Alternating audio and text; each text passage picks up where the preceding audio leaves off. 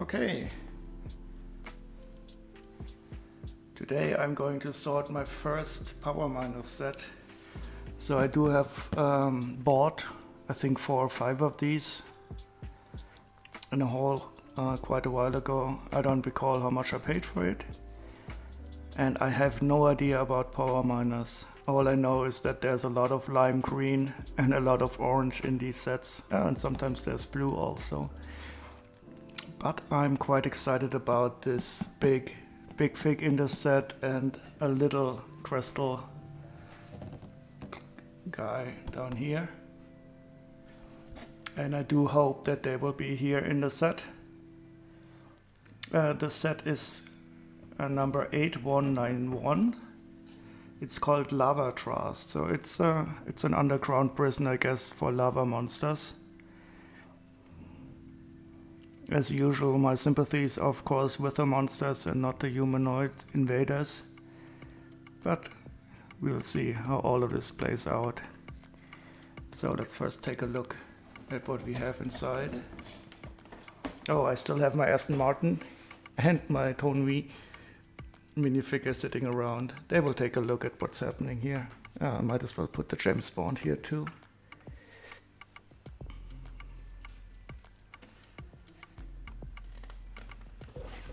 So let's see what we got in the box. I do not know if the seller told me this was complete or not. So I'm simply hoping it will be. We got 2 instructions, number 1 and number 2. They are in an okay state, could be better, could be worse. Let's just take a look at the bed. Oh, this is interesting. So this is in portrait mode.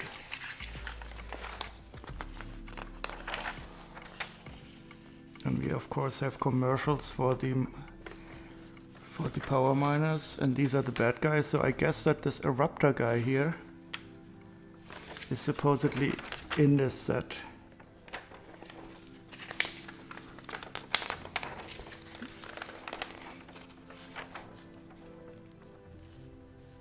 Nice. So there's a prison here and some crane and a small gun that can shoot the blue balls. List of parts. Nobody painted in them, so that's good.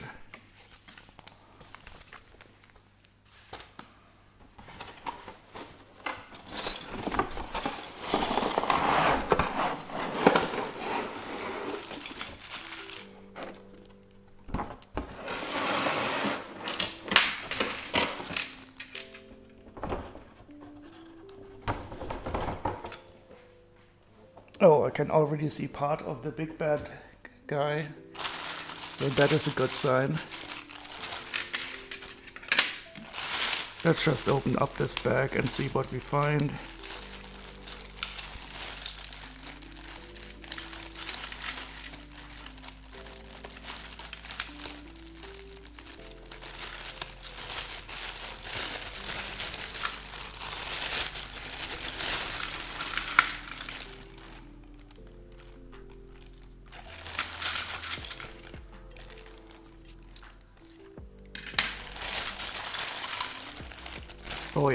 Oh yes, this is nice. He doesn't have a jaw that is movable. That is a bit unfortunate, so no articulation in the head. But we can have some arms. And it's nicely dual molded. Too bad we can't open up his mouth. And there's also no articulation for the feet. Oh well. And we have a lot of space to put in spikes on the back.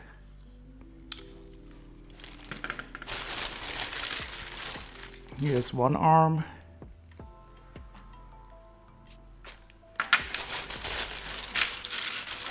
Oh, and we have one of the bad guys too, one of the small ones. So I think for me the most important parts in the set are already here.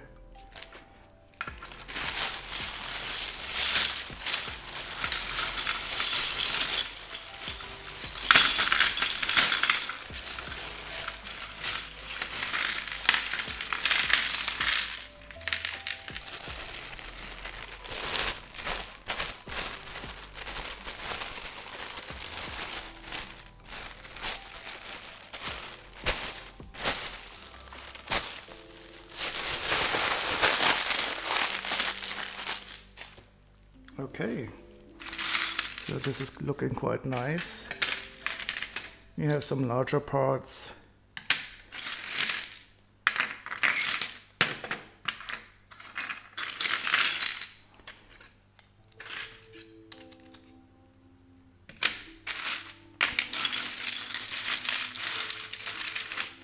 Nice lime green beams.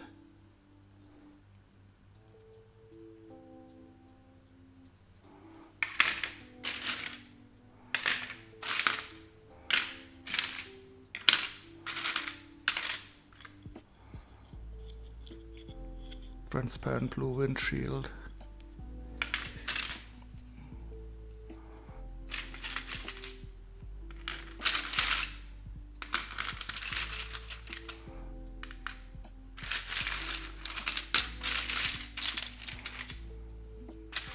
All in all, it doesn't look like much, especially not many small parts, which is interesting.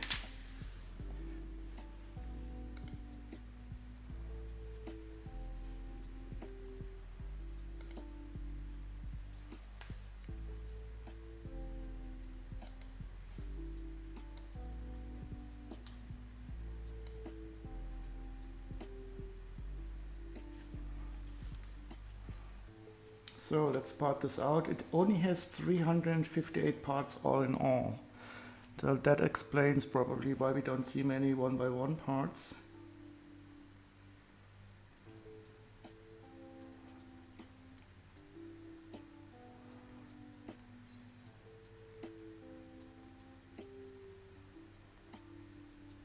But it should also mean that we will be able to sort it quite quickly.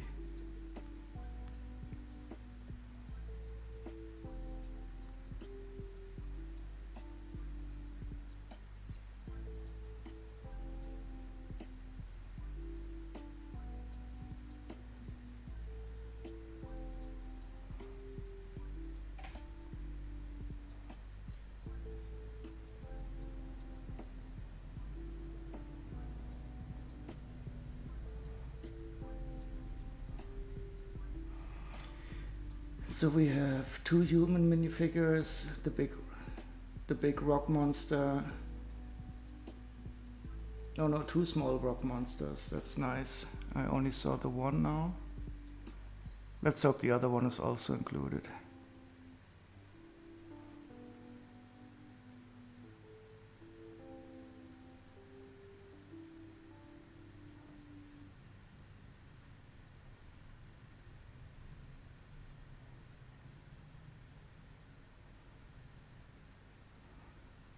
And let's turn off the smart navigation right away. This always turns itself on when you reboot the tablet. So stupid, because it's not smart at all.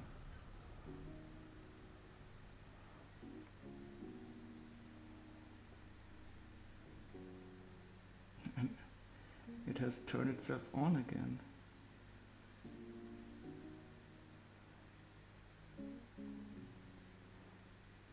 Off, please.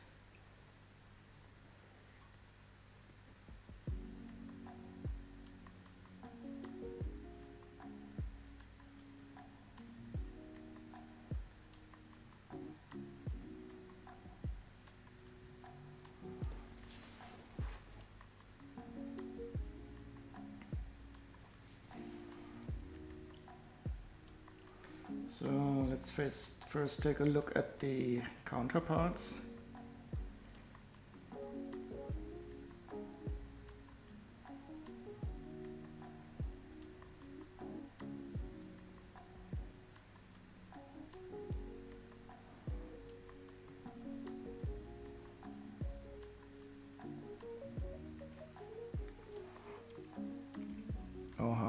I already have a feeling that we will have a lot of missing parts in this set.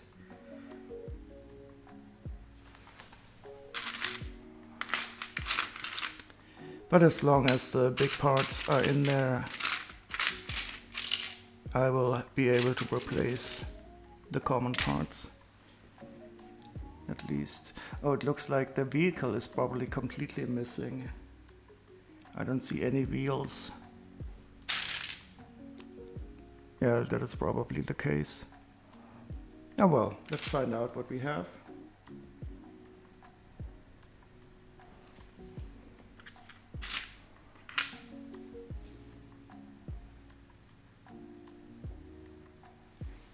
Oh, hi, Blitzbreak. Sorry I didn't see you. I was just mumbling to myself there. I don't know how long you've been there. Let's do some sorting together. Sure, why not? What are you sorting?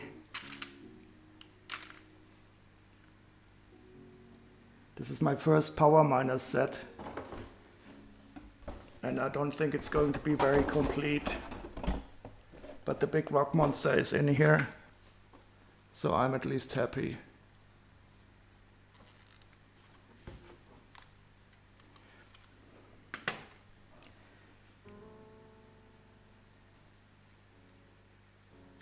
I unfortunately missed your stream today. I just thought that you had like 2,000 orders. And I thought at first you were going to pick 2,000 orders in one stream. And then I saw the duration and it was only 1 hour long.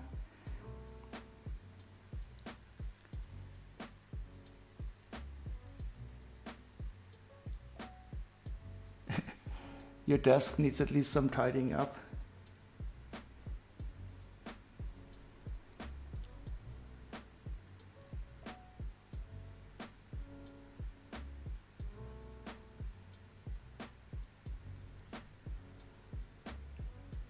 Oh god, this tablet is acting up and I have no idea why.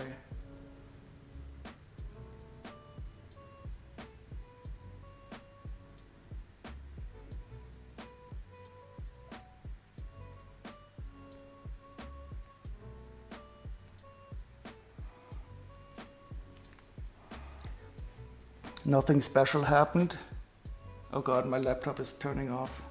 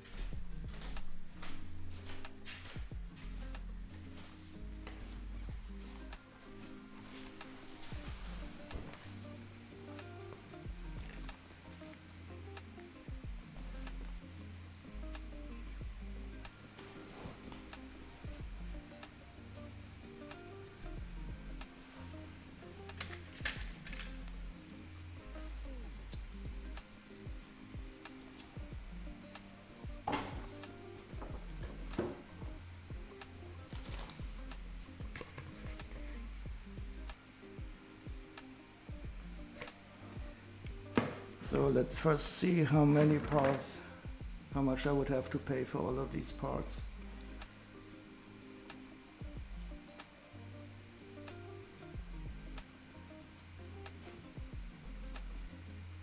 Blitzbreak, you have 83 of the parts. Let's see how much I would have to pay you. 15 euros, a lot of lime green.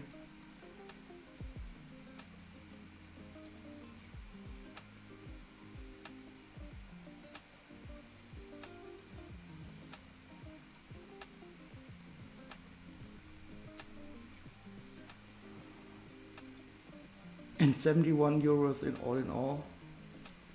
Who wants so much money? Oh, okay. Oh, 30 euros for the eruptor. That's nice. You have a sale at the moment?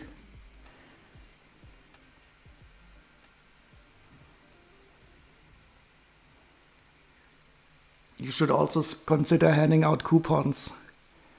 This is something I always like very much.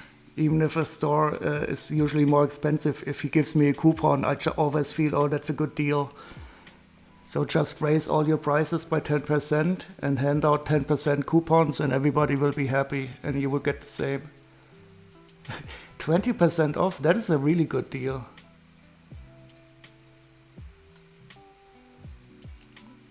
Too bad I'm not really ready to order anything at the moment. I still have to sort and complete my...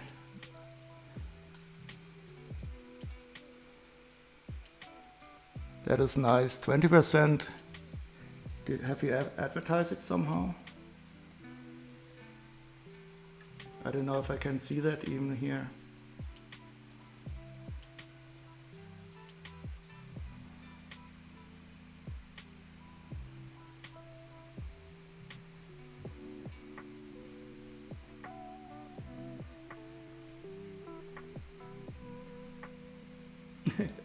The first minifigure I see is an accountant. Oh, it's probably alphabetically sorted. Sorry.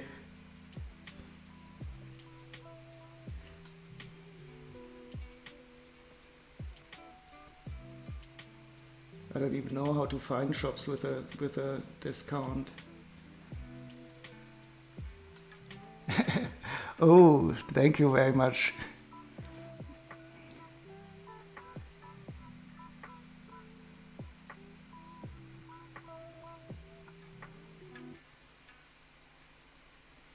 And I will definitely order, my next order will go to your shop because I would really like to see you pick it. You would have to tell me ahead of time that I know when you're going to pick it. Because I would definitely take time out for that.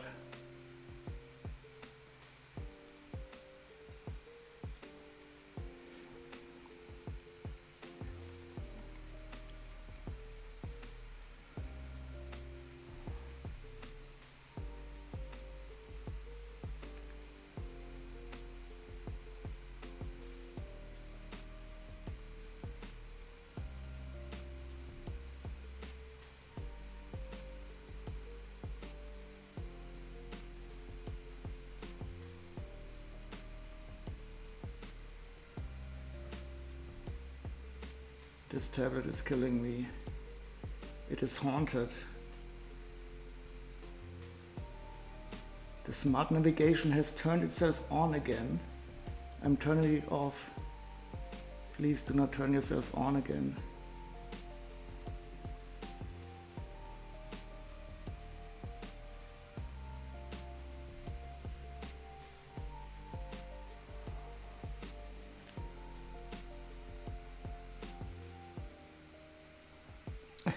That is very nice.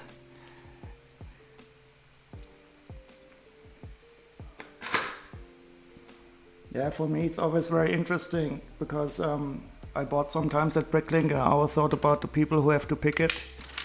But watching you pick it, it sounds more fun, it looks more fun than I would have anticipated.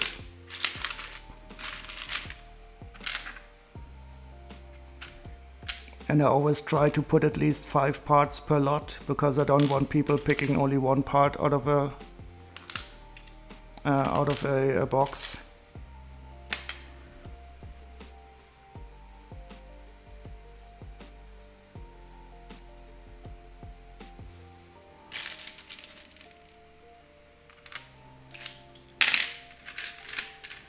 Unless it's, of course, it's a really expensive part.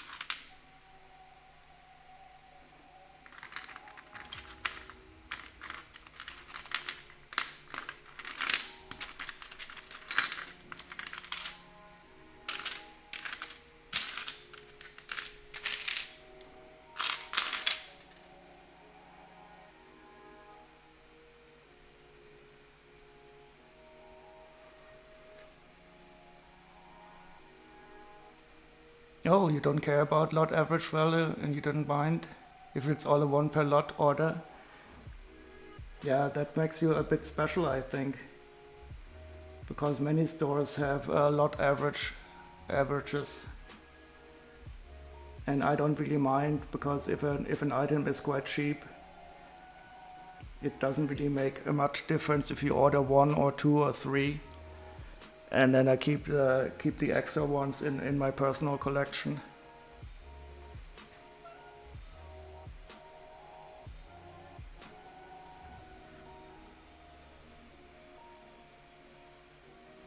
But I have also in some stores not bought at all because their lot average value was too high for me, and I didn't want to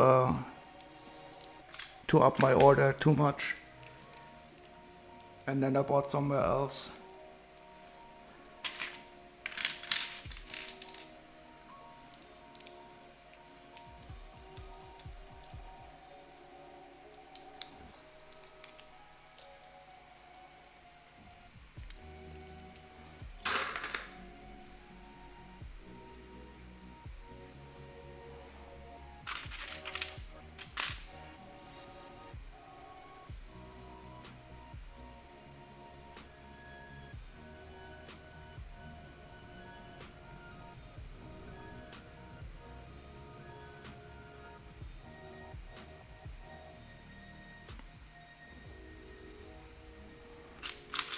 Oh no, this set is very incomplete. Well, that's life.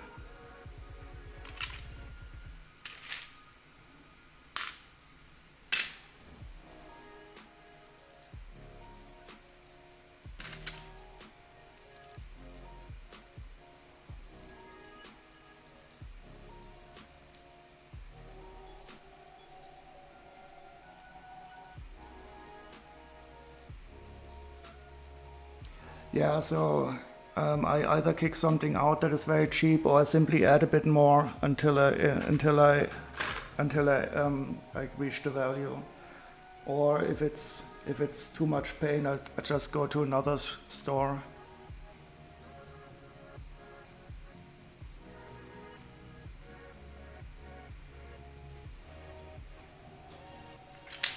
Do you even buy often in a Prickling store?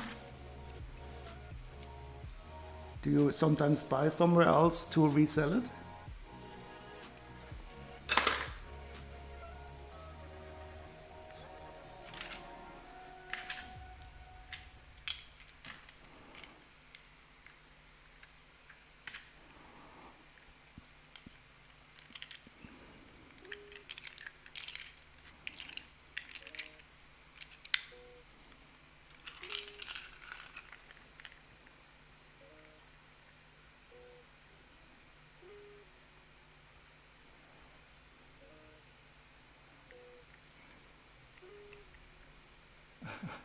You did a lot of buying during your building time? Okay. Now you only buy if you messed up? Okay.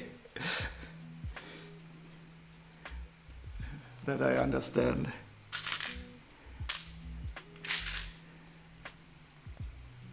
So you did you build a lot of your own creations? Your building time, that sounds like something. I went through this building time and now I'm in my selling phase.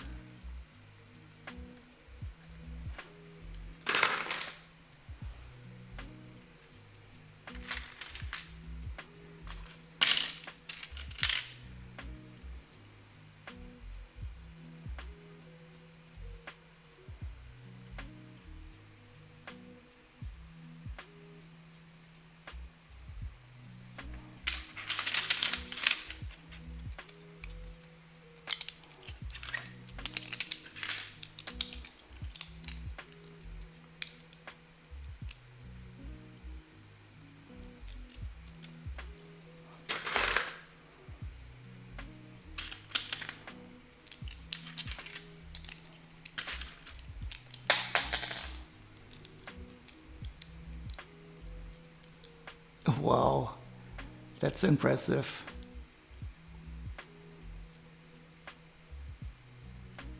So you mainly collected Star Wars sets. How did you check that with Replicable?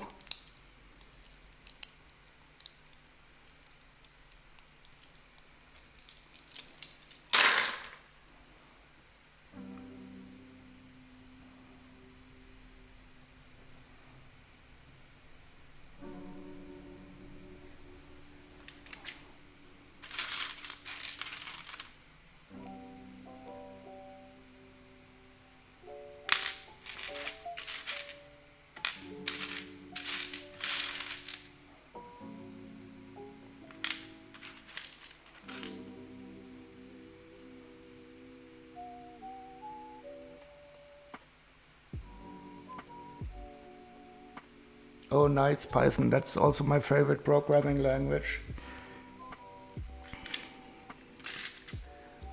But I'm too lazy to program stuff in private. Well, except for my little set bot.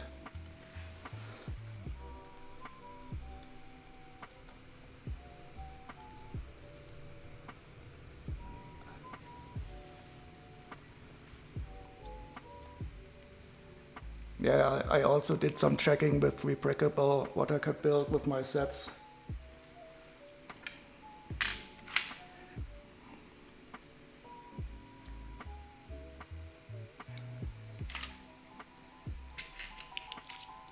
But somehow I still like to keep the sets together, so it wouldn't even matter. I couldn't throw all the parts together in one big bin.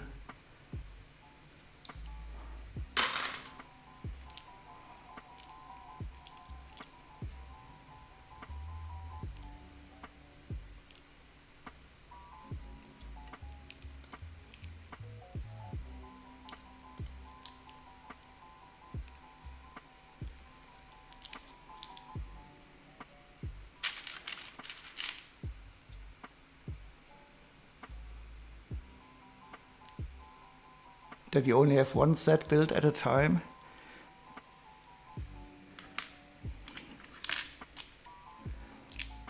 And was that true? Did you only ever have one set built? You were living in a student apartment and didn't have much more space?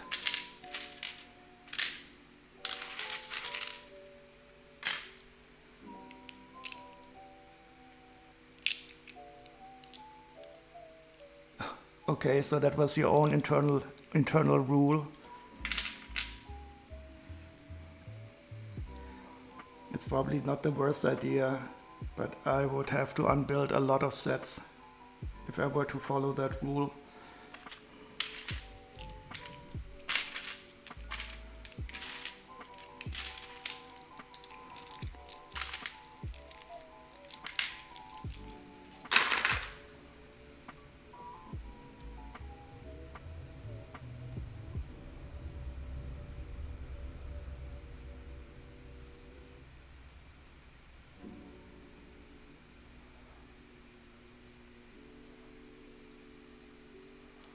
Okay, you had the space. It was just that you were fascinated by the sorting and storing.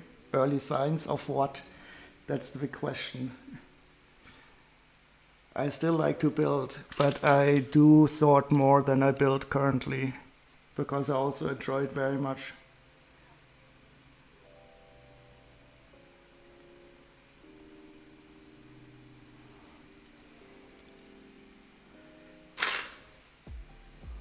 Of madness, of course. No, that's not a sign of madness. If you're not suffering due to it, it's totally okay. But some people do suffer too much because they sort and they cannot stand if something is missing. It becomes an obsession. But if that's not the case, you're good. 4, 6, 7.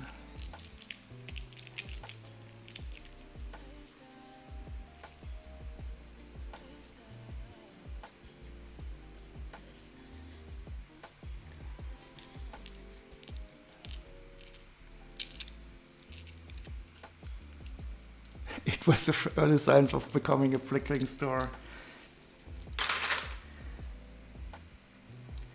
Yeah, and you always seem quite happy when you pick an order. I think that is also why people enjoy watching it, because you somehow send out this feeling, oh, this is just wonderful what I'm doing here, and that is nice. And I do hope that it stays that way for you, that you still keep the enjoyment.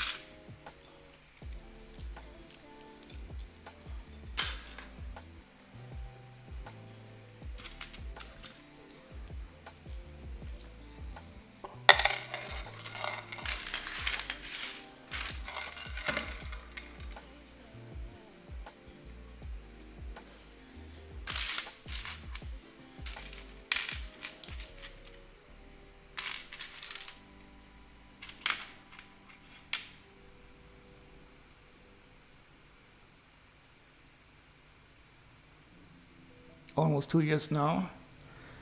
So actually not that long. I think it was definitely after Corona started. So somewhere in maybe 2 years ago that I started with Lego again. But if I do something, I do it properly.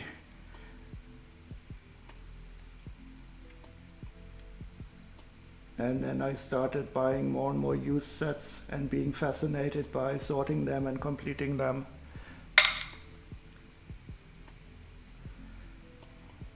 And Twitch, I don't know, maybe 2 months or 3 months now, not very long.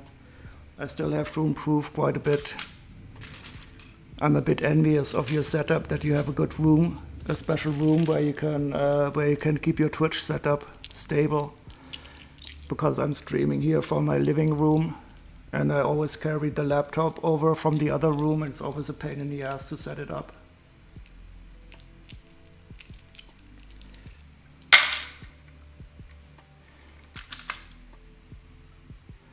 But I'm also quite confident that I will keep enjoying doing it.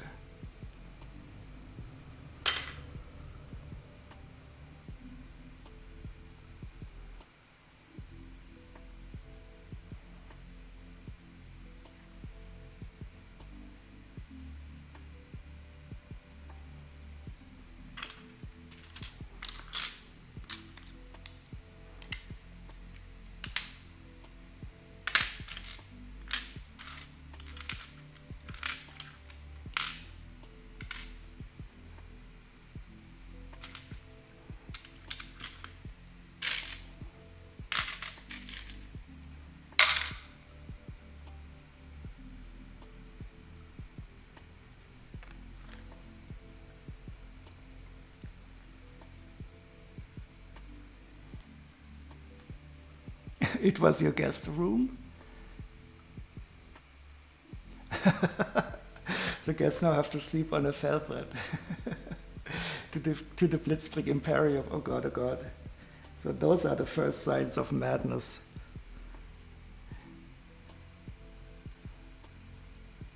But I'm sure your guests are happy. I like these inverted windshields.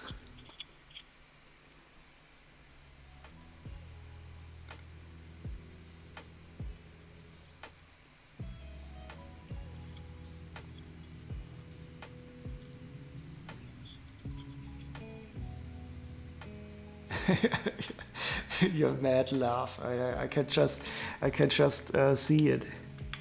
The Blitzkrieg Empire. You will have a monopoly on Bricklink. Yeah, it's quite nice. It's just a just a bit, but no really scratches. Just a bit dirty, but nothing bad. Yeah, I'm so envious of your storage drawers. I think I have one of those also. Aren't they the ones that are sold by Aldi sometimes and by Allit? I think Allit is the company. But I have only one of them. And you have a lot. I don't even know how many there are.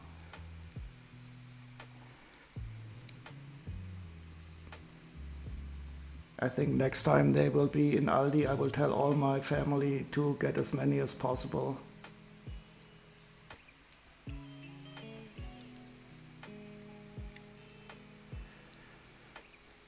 Yeah, I also like them. Well, the one that I have,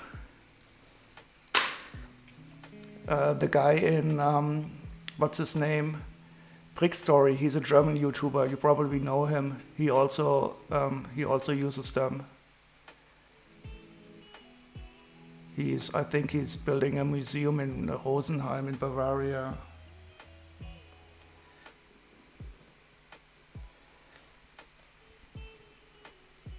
And did you get them from Aldi or from the company that makes them, from Allit?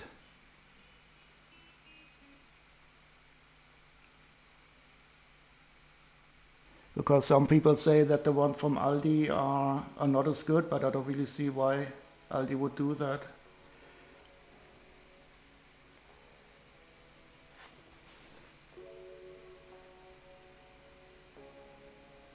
The only thing I don't like about them are the large drawers at the bottom, the yellow separator.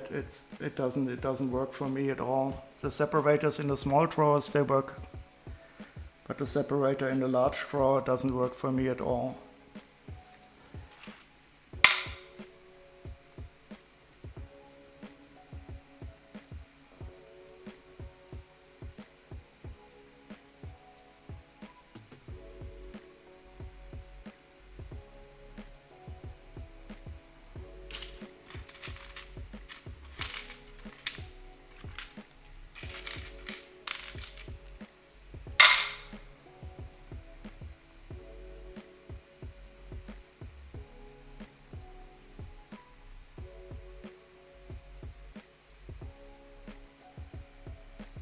So did you see any differences? But I will surely ask you the next time I'm on a stream.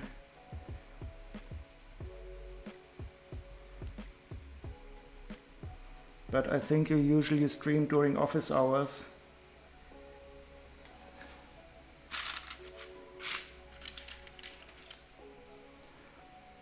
So I'm always happy if I can catch your stream.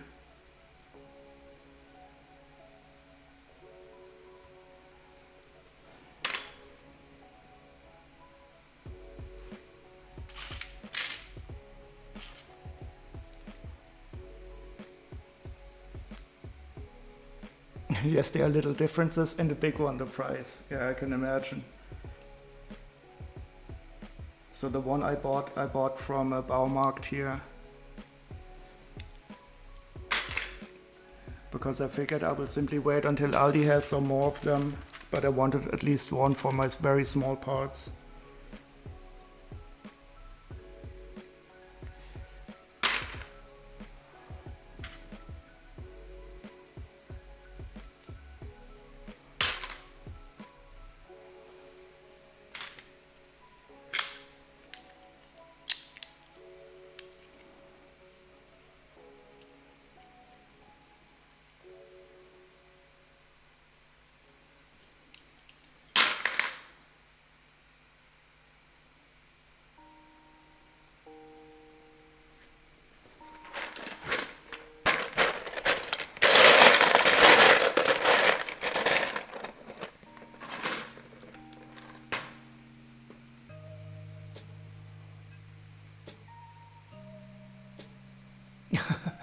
Oh, that is nice. Wasn't able to find one, so she brought in an Allit one. So, is there really a difference beside design? because I will definitely get some from Aldi when they have them the next time.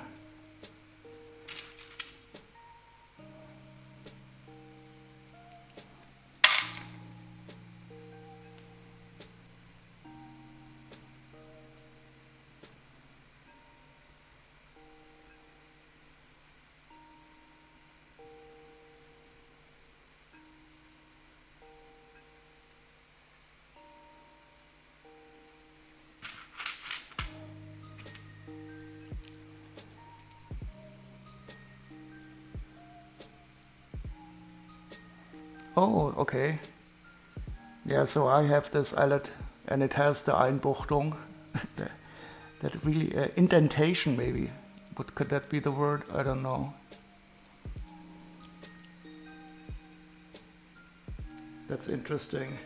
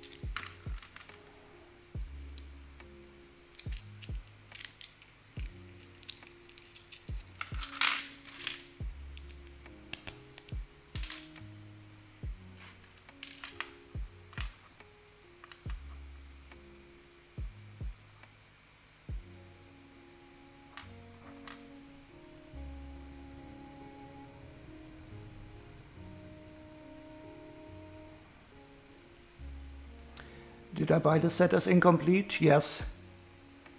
So I more or less paid a guy 400 euros for a lot of sets, and I knew that some of them would be incomplete. But these power miner sets, they were more or less only in there because why not? So it's not that bad. It's my first power miner set. So I'm not sad about this. But I also got a lot of nice sets from him that I really love, like the Atlantis City set. So the Underground Temple of Atlantis, which is a beautiful set. I built it here on a stream at some time.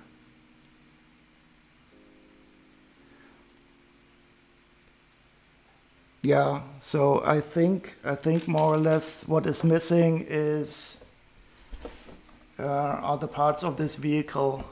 So I think it was probably played with, and I didn't see any of the parts in the vehicle yet. I think most of the parts from the main build are there.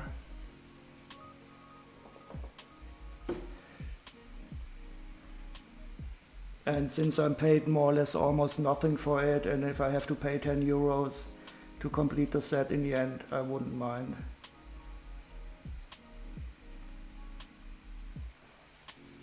To restore order to the world.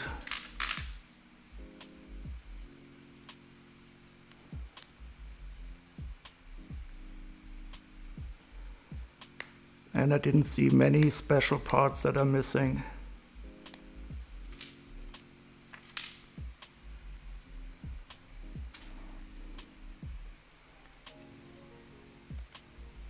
So tell me, do you have a good way to separate parts like these? This I always hate, when a single stud is in a 1x1 plate. I hate pulling these out, and I have no idea if there's a good way to do it.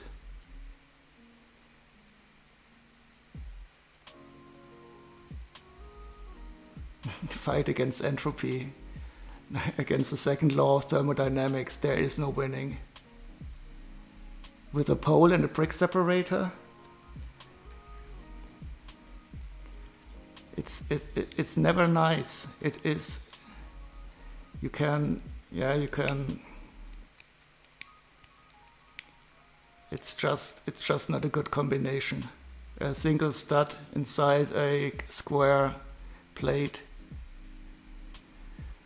Oh, so I was hoping you had a cool trick, because I try to put my fingernail in here now, but my fingernails are short. The pole for the grabber, so you have more grip. I can already see, Tread, that your suggestions will be very helpful. Maybe I should send them over to Holland to you, Tread, and you can separate them for me.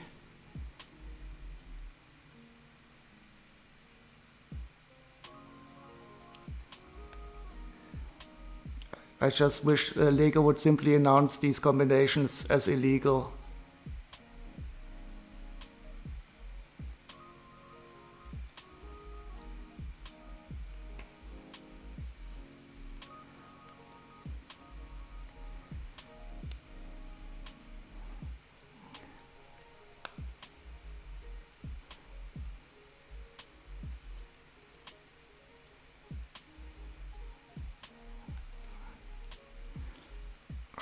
I will just leave them together.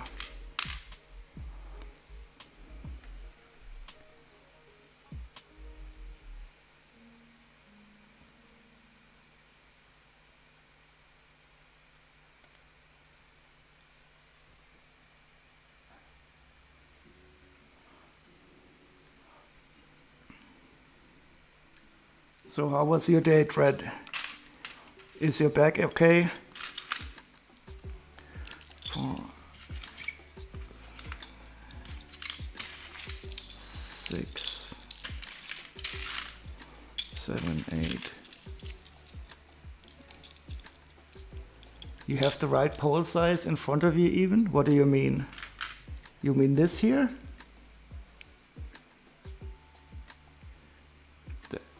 This is not gonna help, and it's not a pole. Oh, you mean this axle here maybe? All is good, you may be busy tomorrow.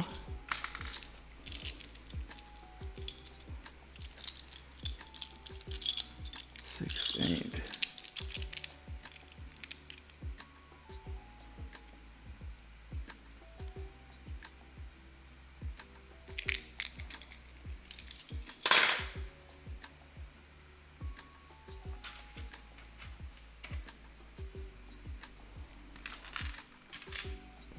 A solid round one.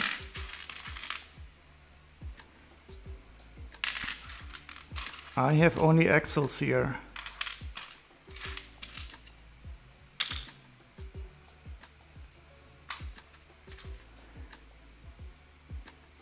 Maybe you should construct a machine to separate these. It will be like 15 degrees, so you'll manage. So you trust the weather forecast then? Today it's here in my part of Germany, it's quite hot again.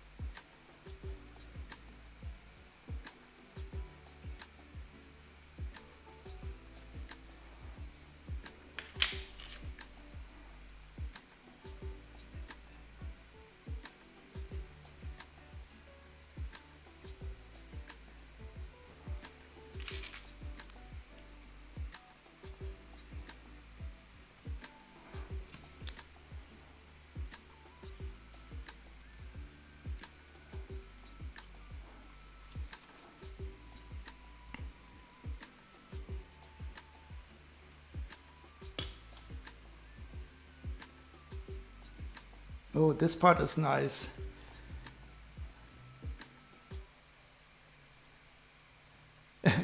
You'll be in a carrot costume for the amusement of children? That sounds interesting. Don't go too close to an elephant, because he would eat you. These parts were made only for this minifigure here. Yeah, they are only in this set and only for this minifigure.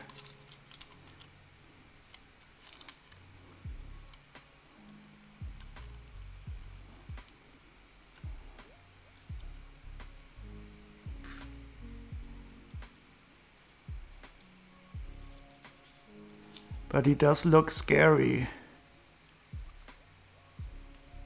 With them on, I think I will put the arms on.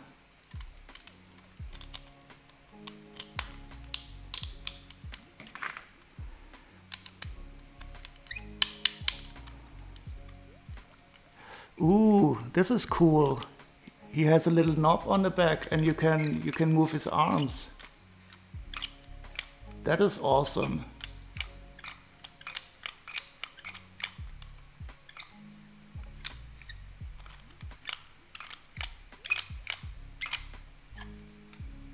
I already thought, okay, he doesn't have any articulation because he cannot move his mouth, but this is nice.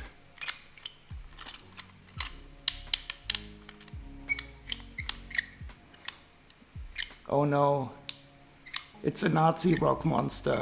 It's a Nazi, no, not anymore.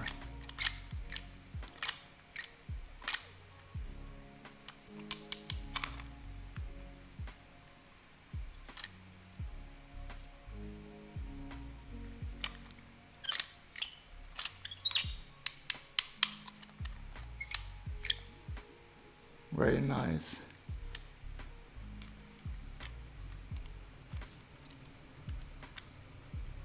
So I think this dude is the most important part in the whole set.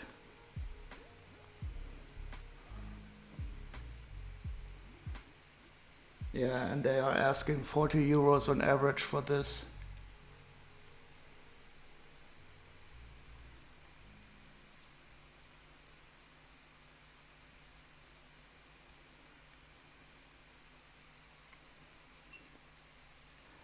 But I'm still missing the orange parts here.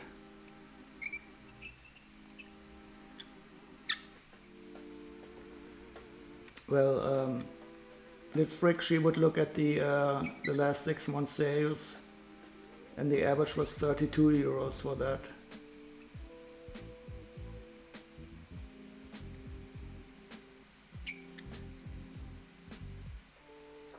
Yeah, I mean, these little bobs, they are really cheap anyway, and I think I have a lot of them in orange. Since these parts, they go missing quite a lot, I have a lot of them in my stock.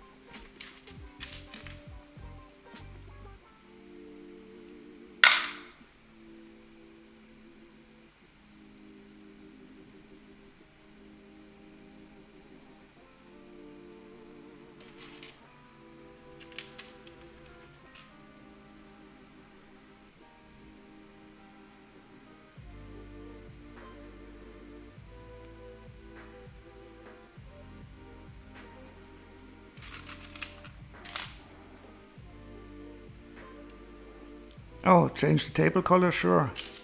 Just a second. 4, 5, 6.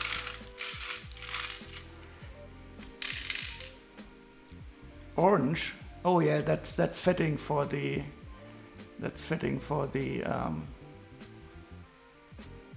the power miners. Let's see.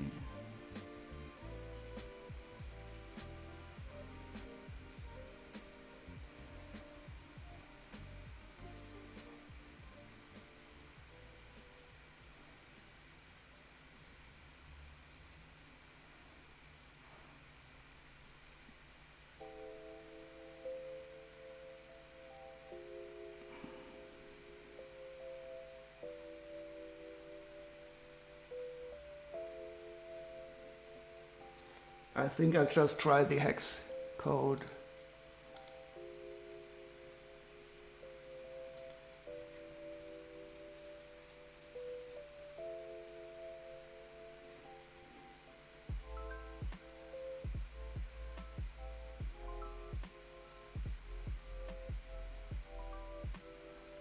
I hate this color selector. Oh, you can't see it.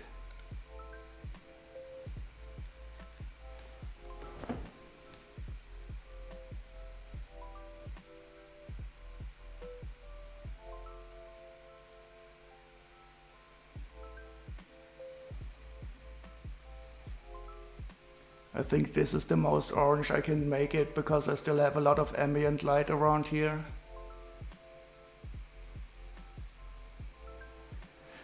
Despite the U, what is the difference between 666 and 667? Yeah, that's the difference.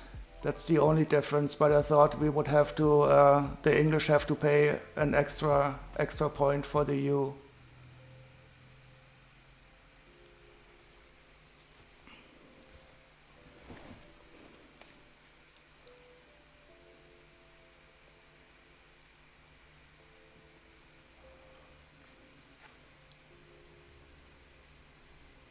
Yeah, exactly. I mean, extra letter, extra point.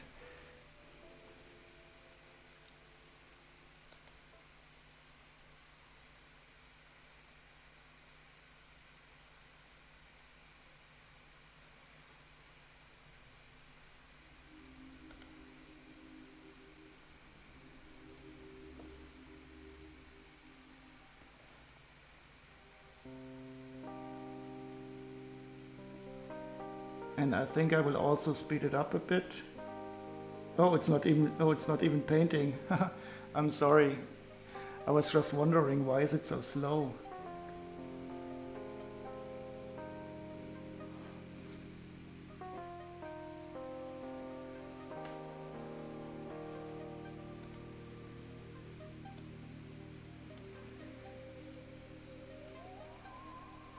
So I built the DB5 yesterday, the James Bond car.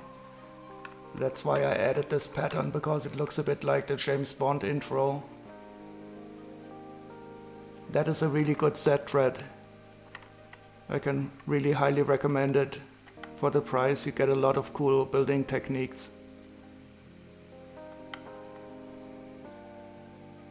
Yeah, it is cool.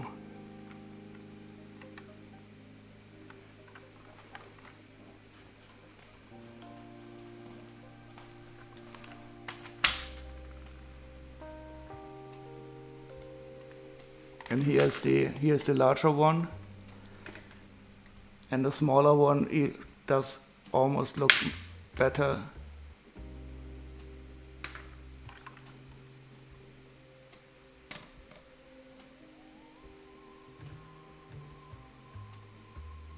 And these wonderful silver hubcaps are so awesome.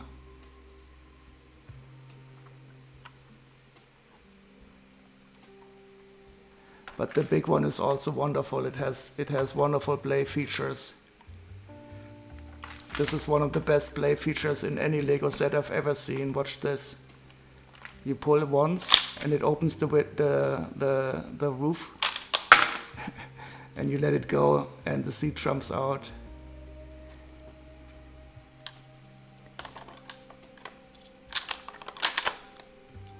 Oops.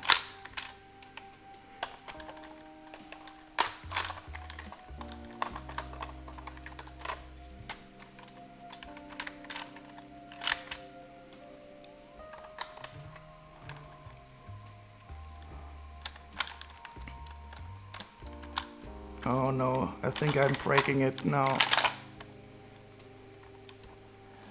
Yeah, for the size of this car, there are a lot of nice features in here.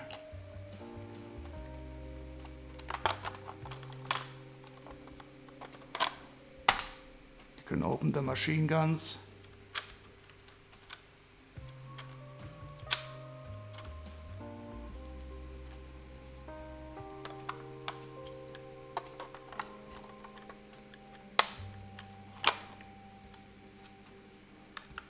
And you can change the license plates if you apply the stickers, which I don't.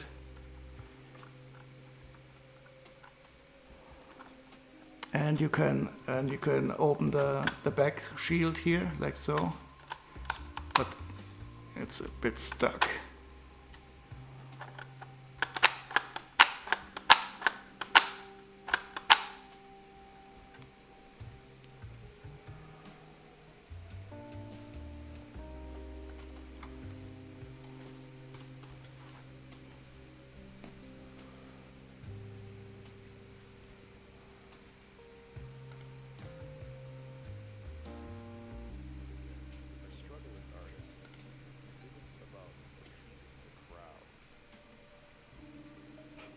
It's actually not that old, the set. I think it's maybe 2 or 3 years old.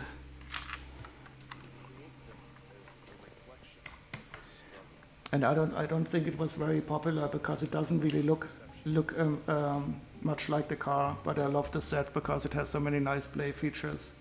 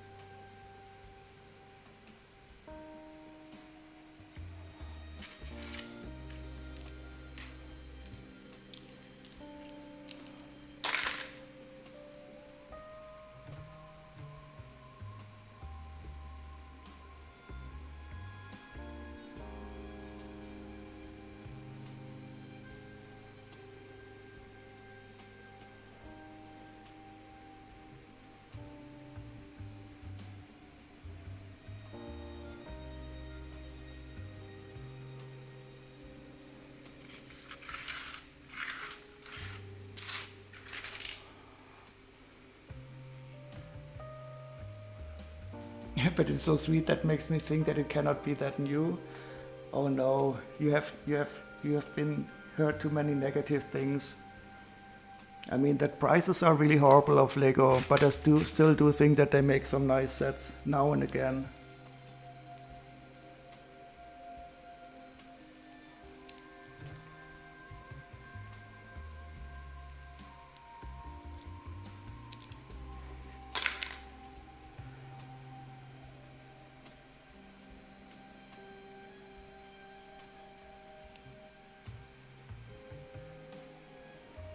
So, for example, this Aston Martin, it's absolutely new, and I paid only 15 euros for it, and I think that's a perfectly acceptable price.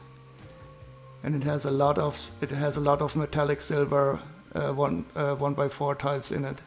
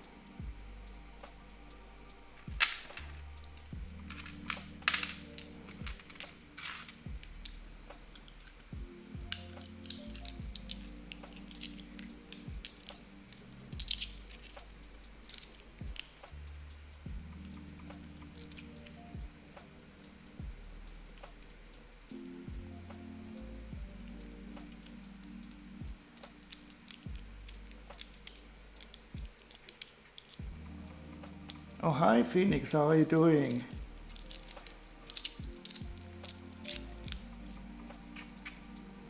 So nice of you to drop by.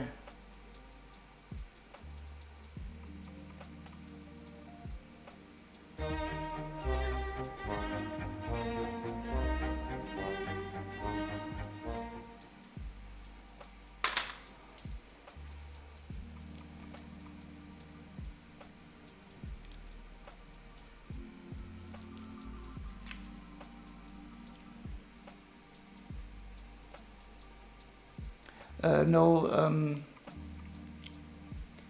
that is, I selected a pattern that looks a bit like the James Bond intro pattern.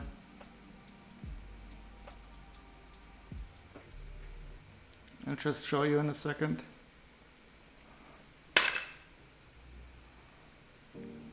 So it is currently painting this pattern. And I chose that because it looks a bit like the James Bond intro.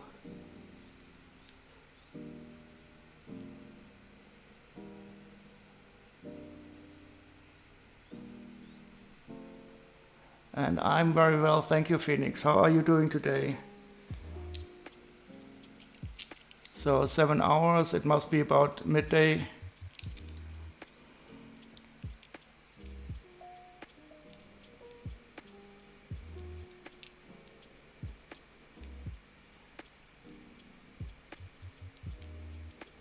Yeah, I love this table very much. Especially when you build Lego on it and you see the ball moving very slowly below you.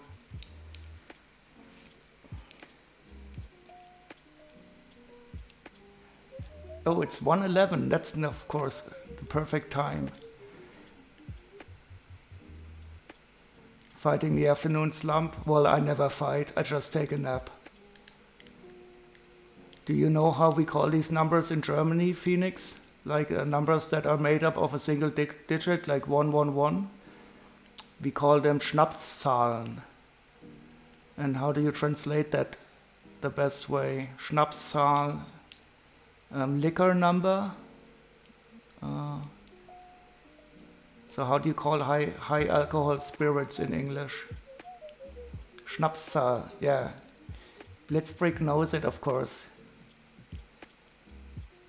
Perfect time is 4:20. Yeah, of course, for you guys in Holland. My cannabis consummation years are almost 20 years behind me. I did smoke a lot in my day, but not anymore. Oh, you wanted? Yeah, Schnapszahl is it's a really nice German word.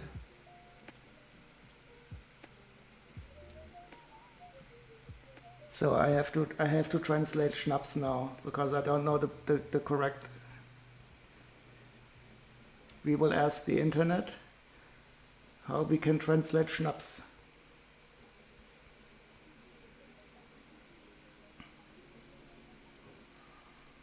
So booze, that is a good word. Booze or spirit, hard liquor, exactly. So you get the idea.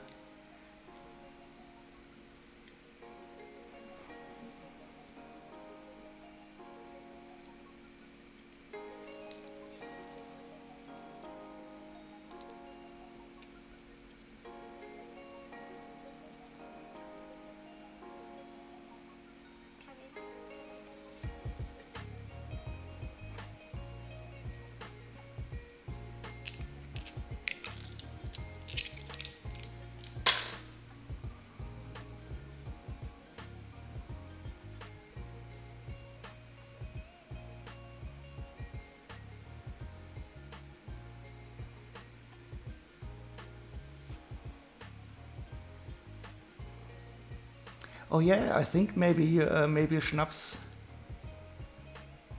could be a word that is sometimes known in English.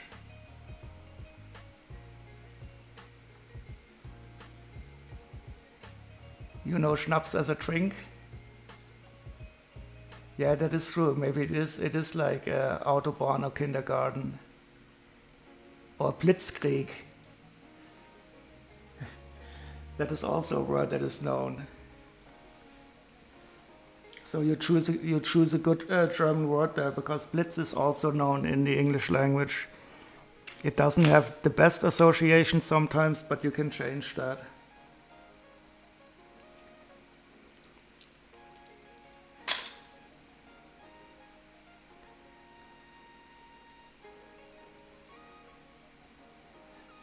Lightning. Yeah, but the English, they also call the Blitz the bombing of London during the Second World War. Yeah, sugary. So yeah, in Germany it's more or less any liquor that is above 40% alcohol or so. And stuff that is a bit sweeter and sugary, we call that liquor.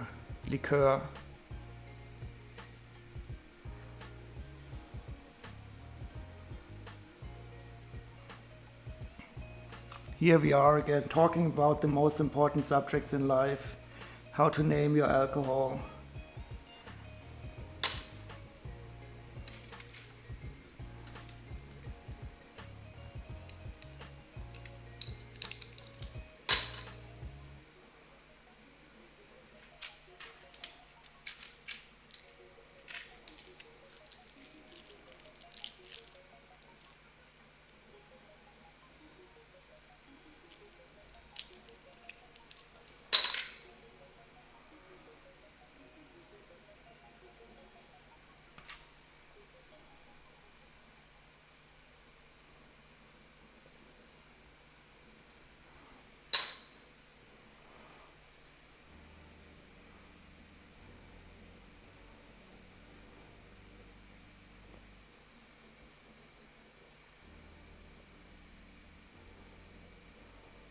Yeah, that is a true association. So lightning is fast. Oh, maybe we could set a world record, the fastest Bricklink delivery in the world. So I can stream my order live, and you can pick it directly afterwards. And we could choose a time of day where the post office will deliver it the next day. And then we go to the Guinness World of Records and say, okay, this is the fastest Bricklink delivery ever.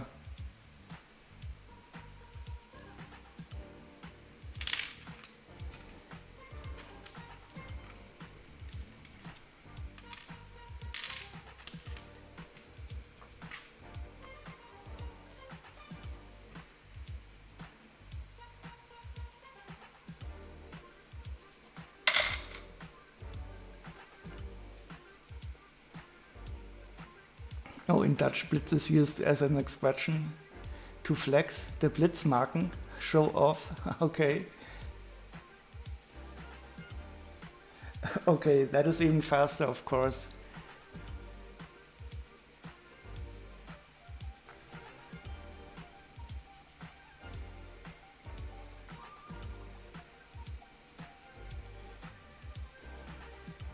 Now Blitzbrick will have to change her name. But is it only used in that context thread, or is Blitz also used as lightning?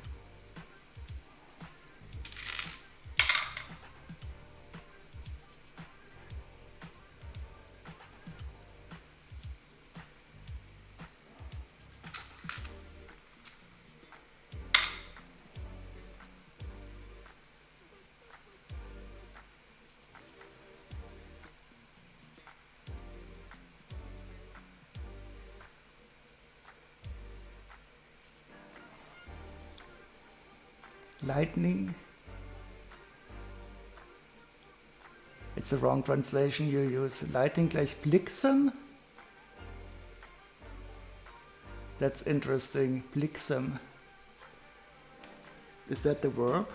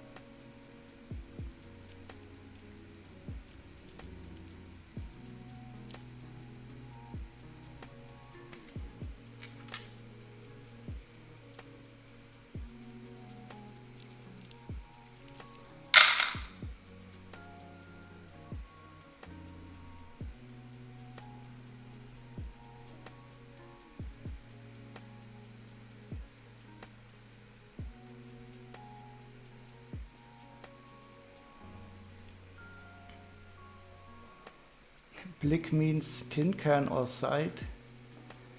Yeah, we have also this in Germany.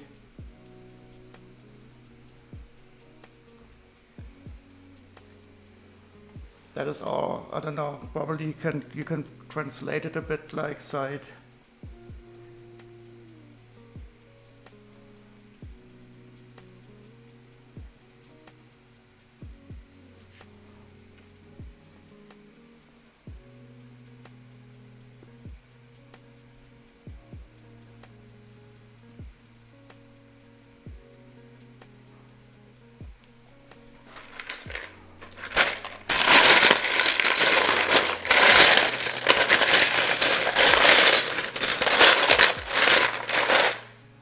Sorry for the noise.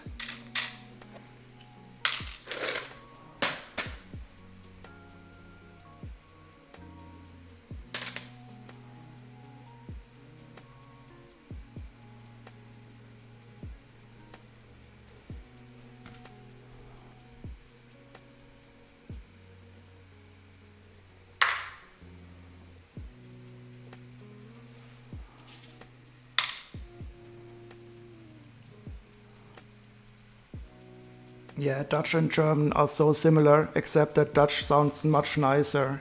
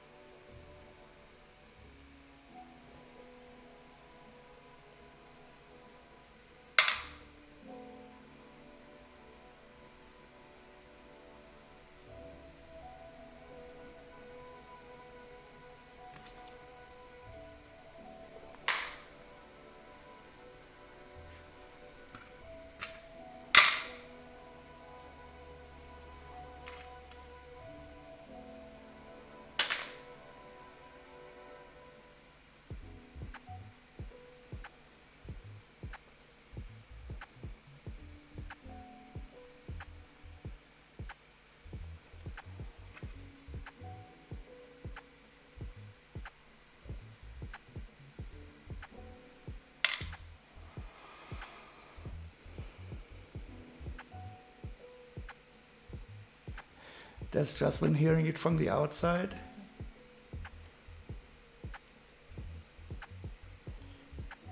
Yeah, I mean, but it does make it different how it sounds.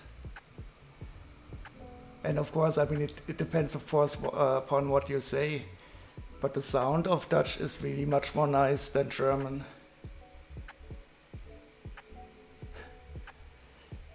Sometimes it is okay just to adore things like math problems.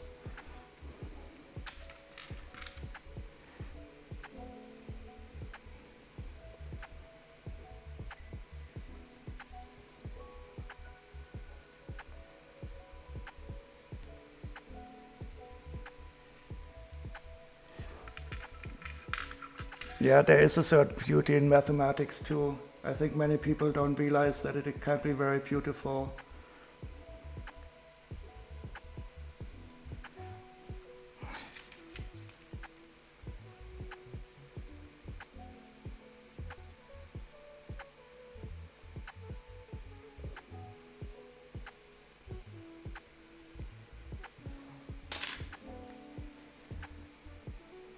You like Swedish as well?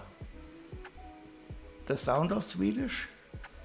I don't really have any memory of how Swedish sounds. I do like Swedish candy. So when I was living in Berlin, there was a store that only sold Swedish candy, and that was so wonderful. And it sold by weight, so you could go in there with a bag and you just fill your bag up with stuff.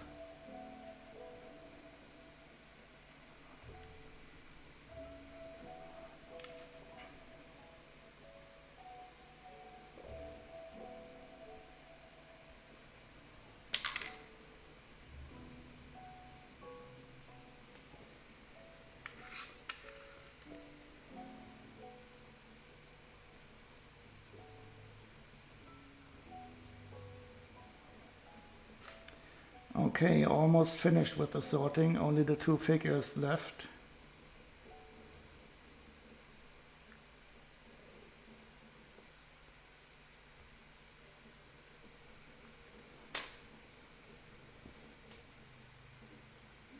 And I think it's time to switch the music.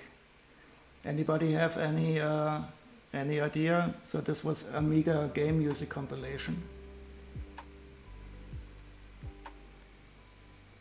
Now you want sweets. Well, still have Swedish candy to discover. It's wonderful. The normal Swedish candy is great, and of course they have a lot of black licorice, which is wonderful, as many of the Scandinavian countries. And if you love licorice, it's absolutely great. So, any idea of what we could listen to?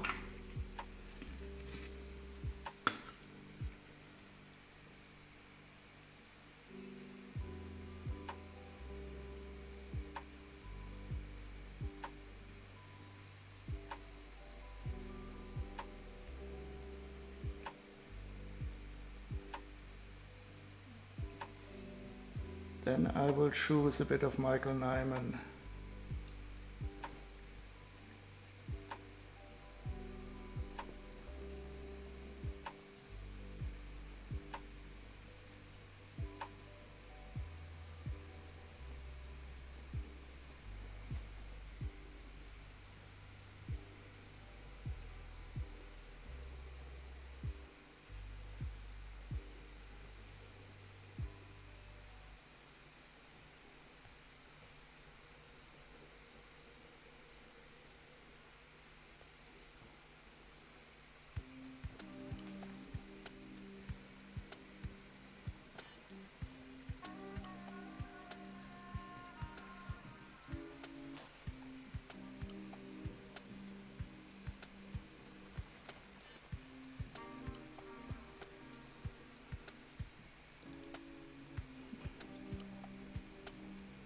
Red Wing points to Blitz.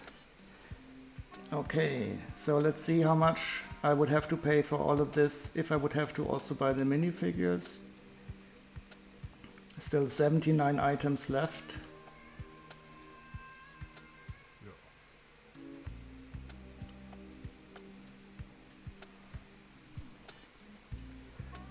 Blitzbrick has 47. And she would charge me €6.43 for this. And all new parts except for the red one here.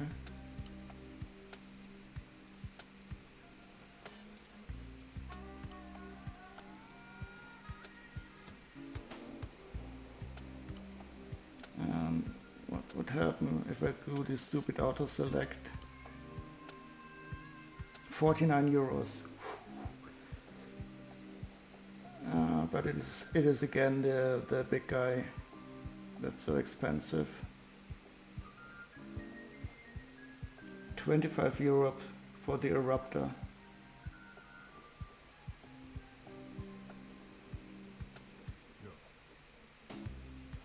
So let's first take a look at the small guy.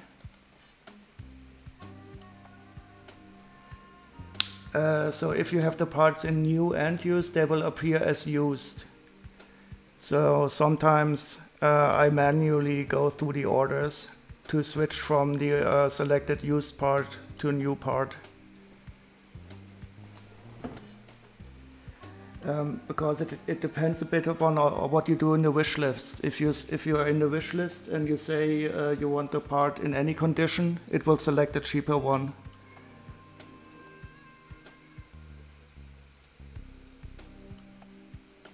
This one here?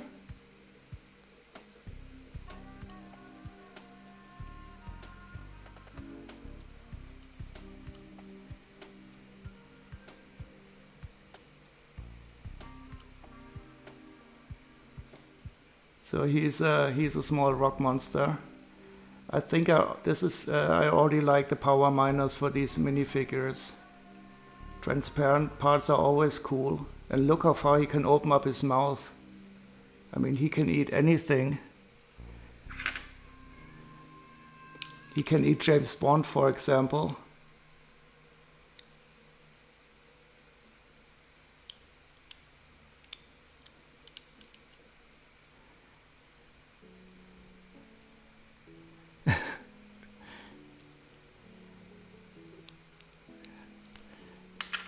Poor Daniel Craig, his head has been eaten by the rock monster.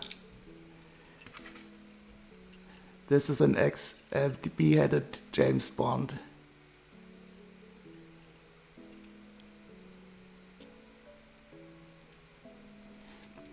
You're kind of out of it? What do you mean, Phoenix?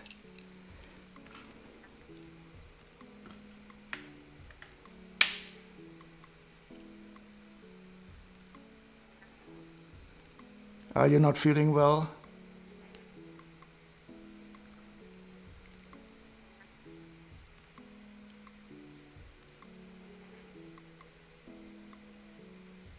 My name is Bond, James Bond.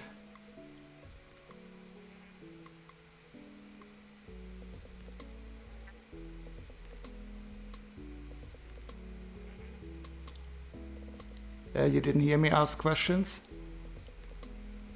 I think I asked if you have any music you would like to listen to. And then I went back to Michael Nyman.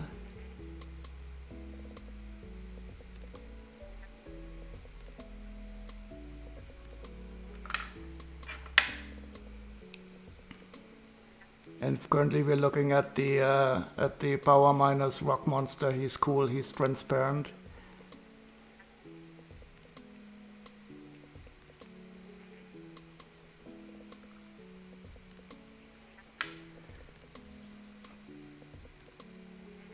And he's included in the set, but the big guy.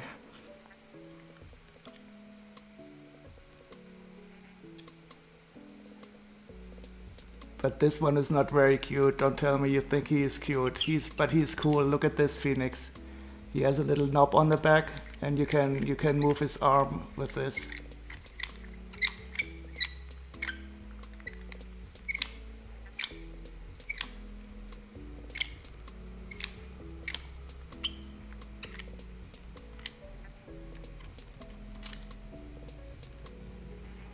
And he has also these wonderful transparent parts. His legs are not articulated, unfortunately, and you cannot open his mouth. I think that is the only thing that's bad about him. But this is really nice. It's a bit squeaky, I guess you can hear it.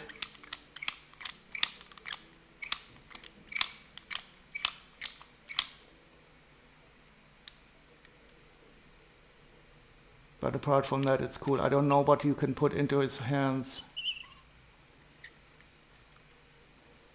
And he's missing some barbs up here, but I will replace those.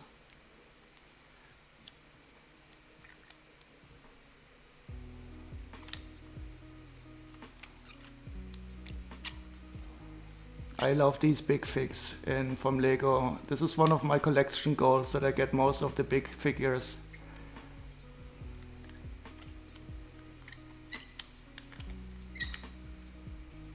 Oh, I could make him turn over the car, maybe.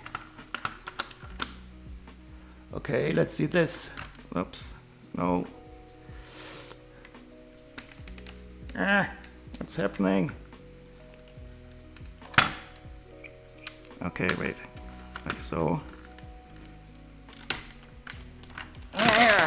He made it. Take that, James Bond.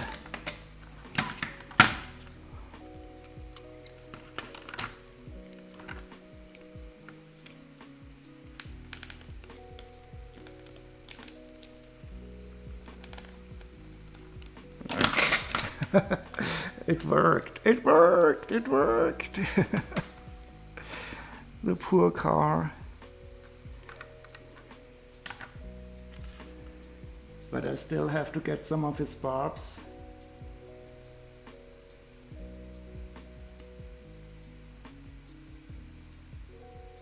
So I'll just add 6 of these.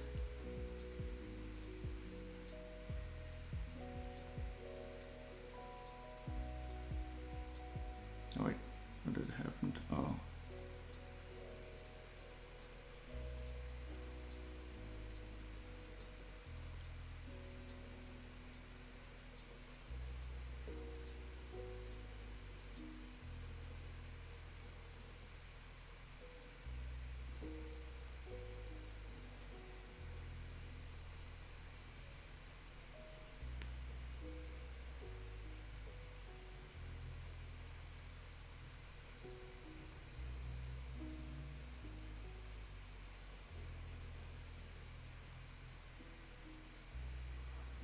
Okay, so now I only have to get these parts.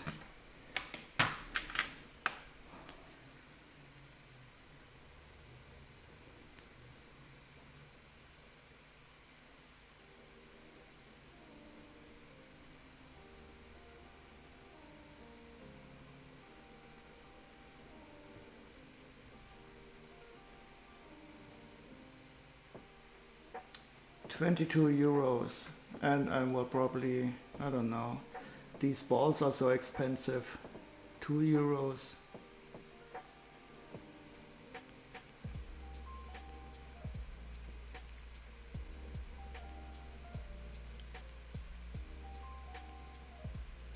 I'll see how many of the parts I still already have.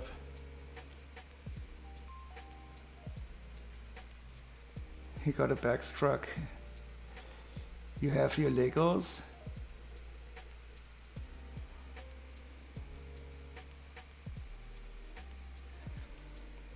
Okay, I think it's time to use the wonderful sorting tray.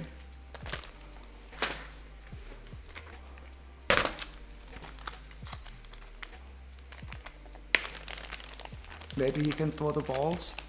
So there's a side build here that is also not included, so I didn't have any parts of those where you can shoot the balls. But I didn't have any of the parts of this side build either. And I didn't have any of the parts of this rock here. You can probably drop the rock so he can break out. And I didn't have any of the parts of this guy here.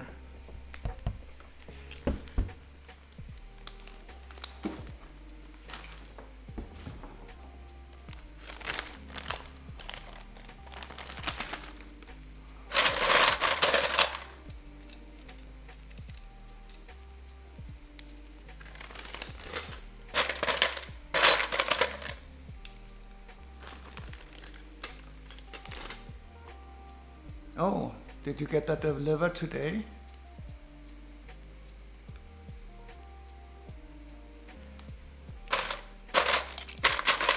I'm not that much into cars, but I heard good things about this set.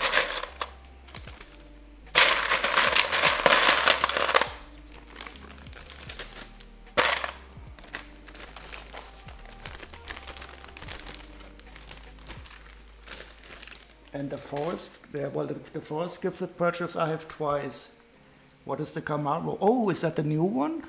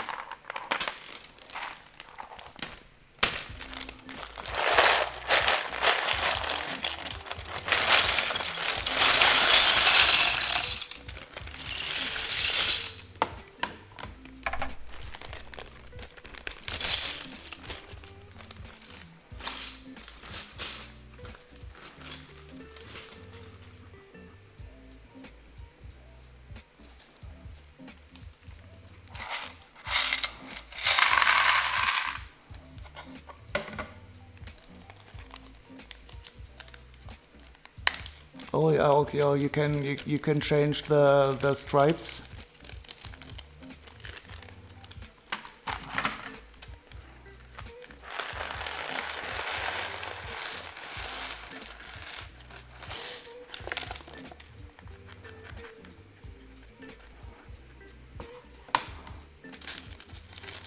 I'm so happy about this sorting tray.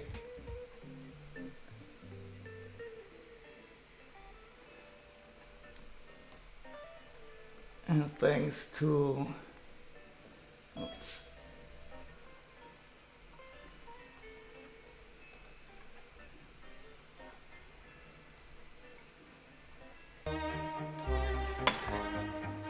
The wonderful idea giver for the wonderful sorting trays. I'm totally happy with them.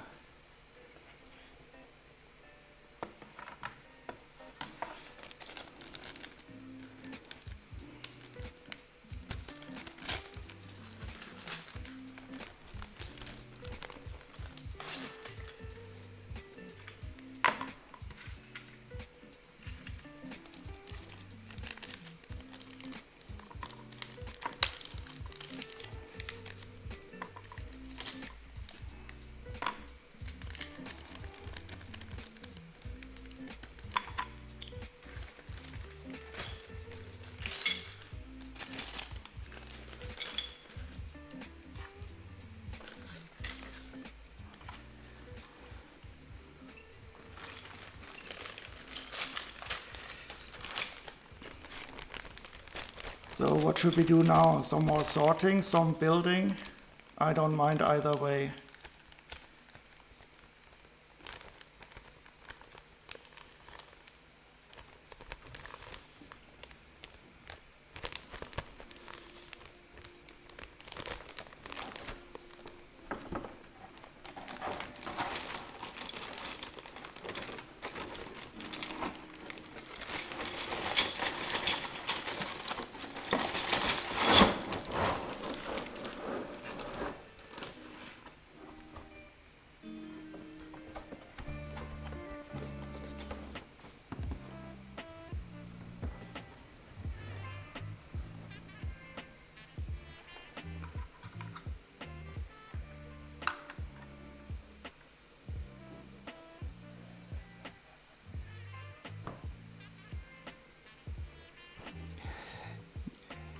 You have 50 stickers, but nobody forces you to put on the stickers.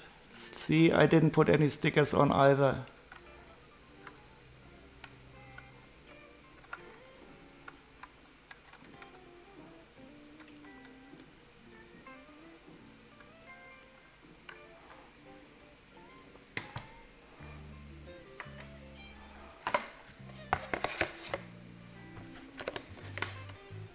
Okay, so I think we could continue with the Monster Fighters Build-a-thon, but since Chili is not here, I would have to build a non-vampire castle set, and I have something very special from the Monster Fighters.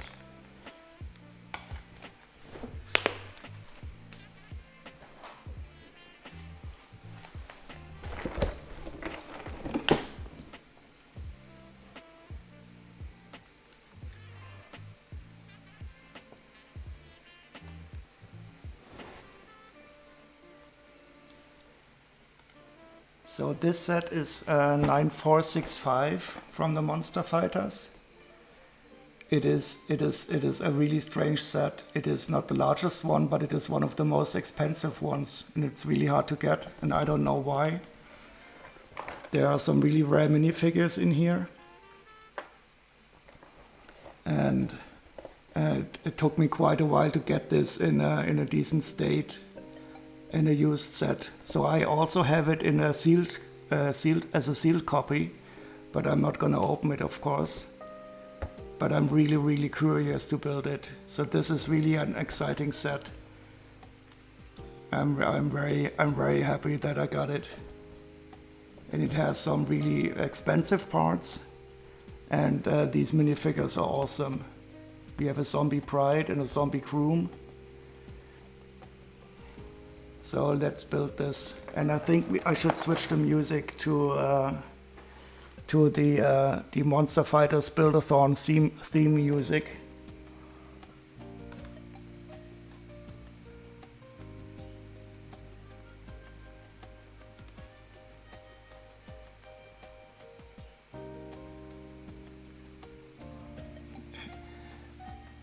Yeah, there's a lot of glow in the dark parts in the Monster Fighter sets.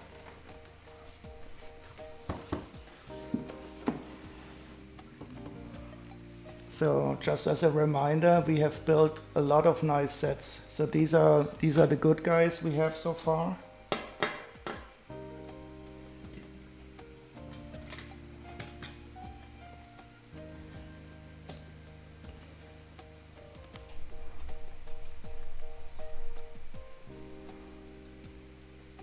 And here are the bad guys. We have a vampire hearse. We have the cool skeleton glow-in-the-dark horse with a mummy.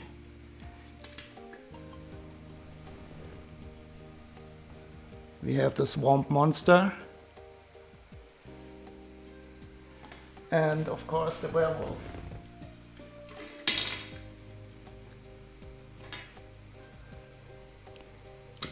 The werewolf sitting in his tree.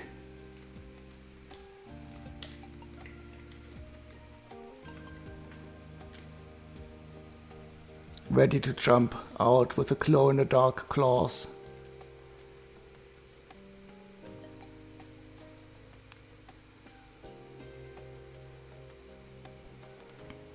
So this is what we have so far, and today we will build the zombie. Let's see.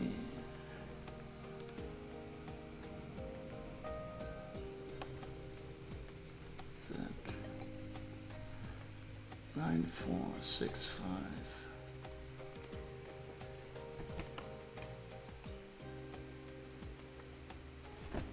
It's the zombies.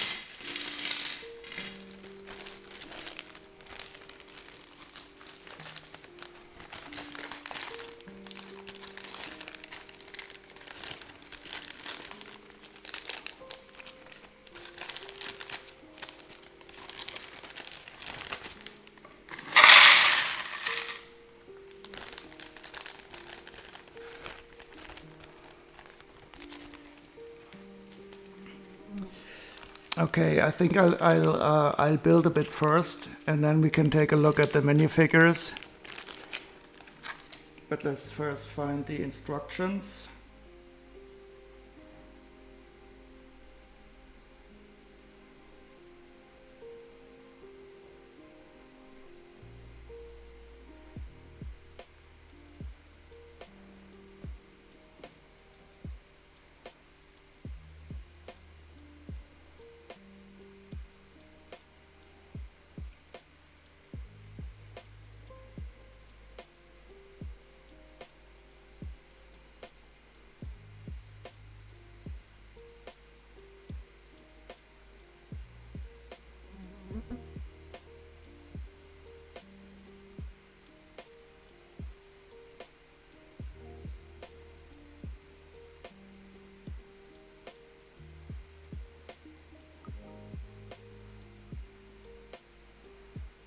and hope that the instructions are okay.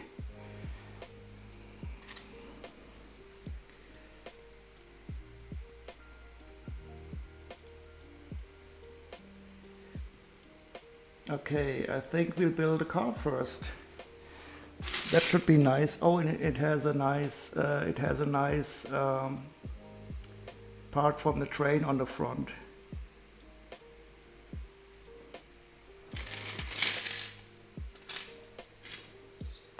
I'll just sort the parts a bit so they are easier to find.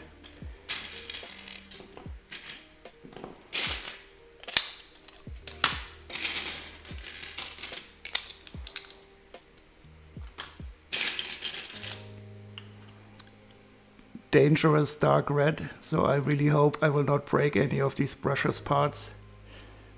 Train, snow shovel, cow, Kuhschubser.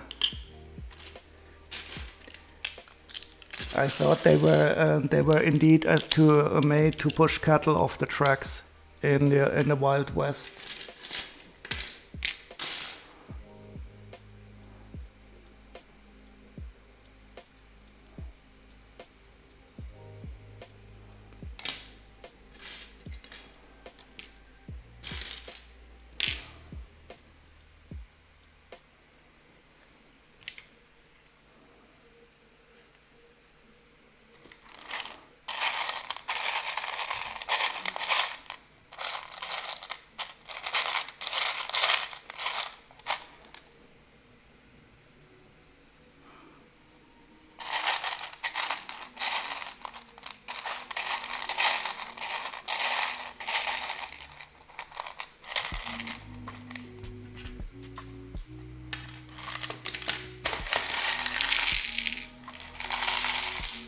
Hey, I can use my sorting tray.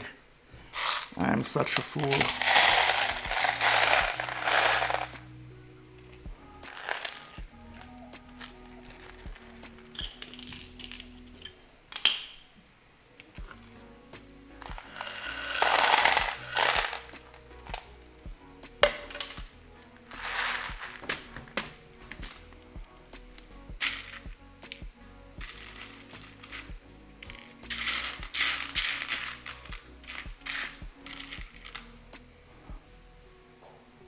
I've already found the bat.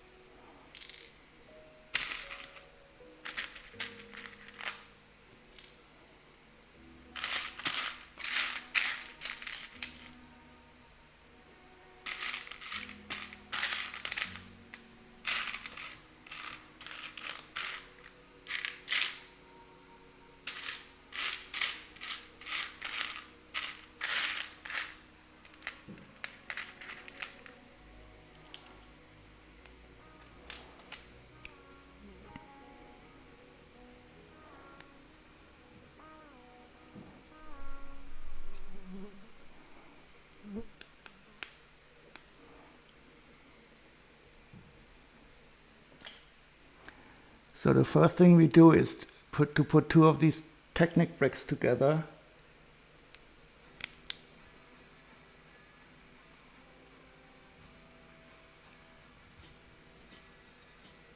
And now I have to count holes again.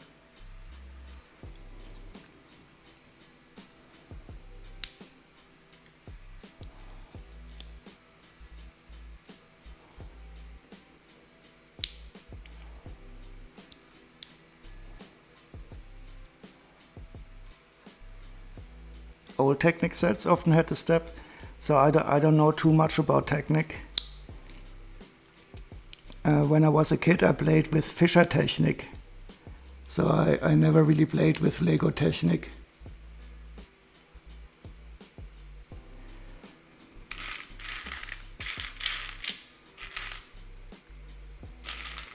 And in my Lego days I only encounter Technic as a skeleton for larger sets.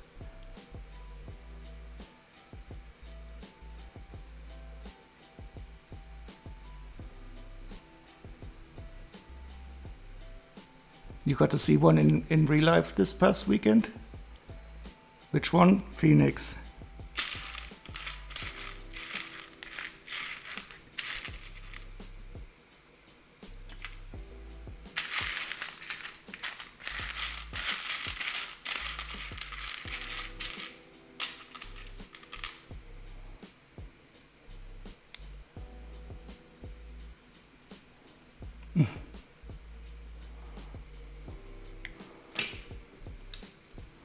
The skeleton horse he is watching over us all with his fiery eyes.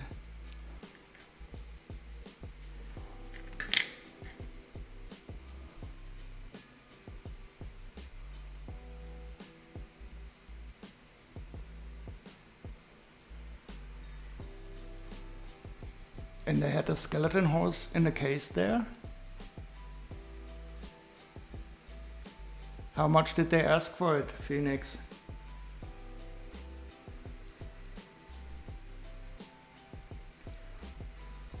I once had the crazy idea of going to Bricklink and selecting a certain rare part and buying every single occurrence of that part, so that I would have a monopoly on a certain Lego part.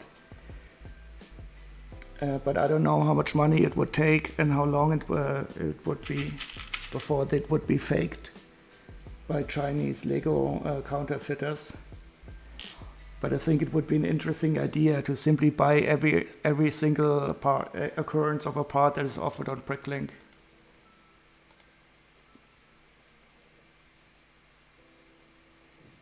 Yeah, I mean, just imagine going to Bricklink and for example, just buying every single one of the horses that are offered, and then buying every single one of the sets where the horse was included.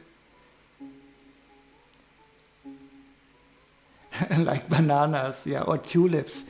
There was also a craze in the Hollands at some time where tulips got really expensive. And then after a while, there would be some Chinese counterfeiters who producing skeleton horses.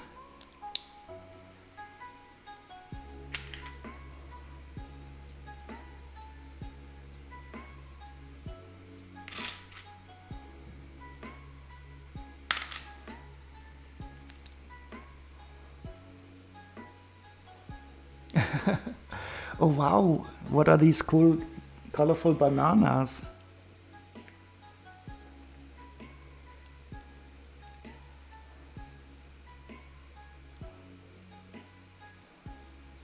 Oh, this is also interesting. So this connection here.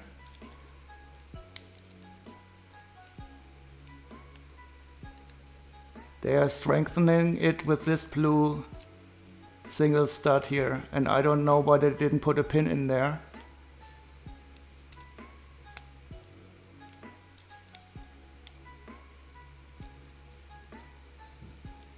You just love the Lego banana? Yeah, and I think my favorite part is the Lego frog. Unfortunately, my emote is not yet approved.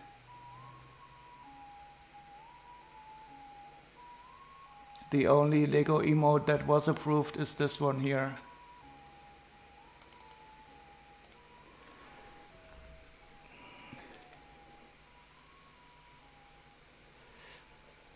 Or they plan to put something in this hole from the other side. Well, we'll find out. Yeah, I mean, this part is not surprising. No.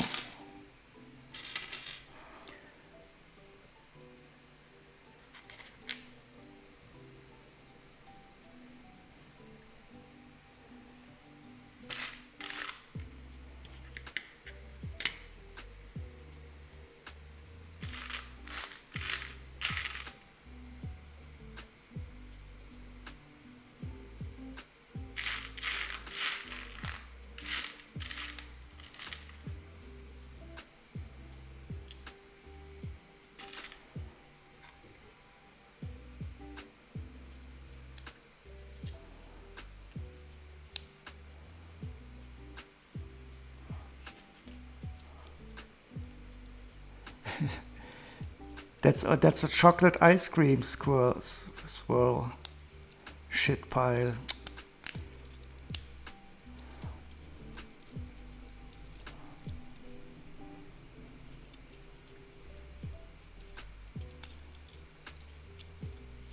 So this turns freely, and here we will attach some wheels later on.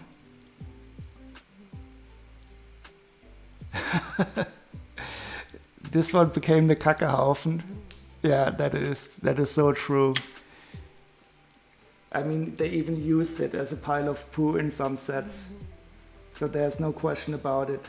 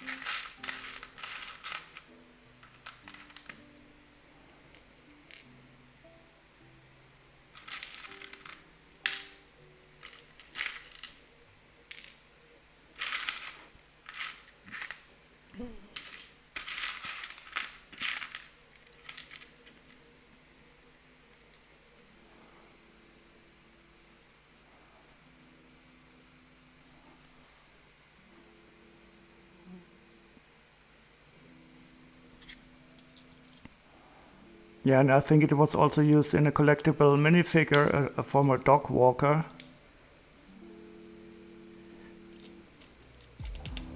As a pile of poo.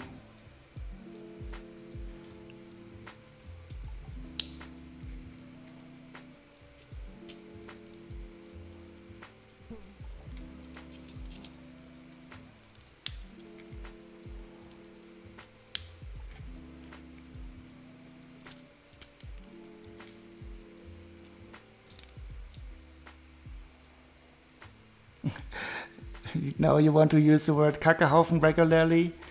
Yeah, that is a nice word.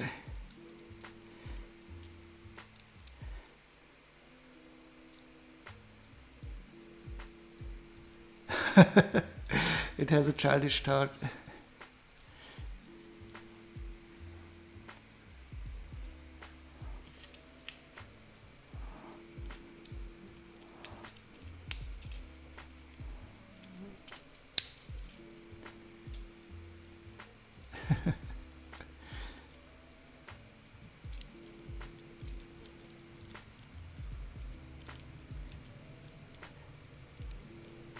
So when I first moved to Berlin, I think that was about 25 years ago. No, 20. In the first week, I stepped in 5 or 6 different Kackehaufen. It was horrible because the whole city was full of it. And then after a while, I developed a radar to never step into them anymore. So now I have a total Kackehaufen radar. And I'm absolutely free. I will never step in one again. But that was horrible. My first week in Berlin was dominated by Kackehaufen.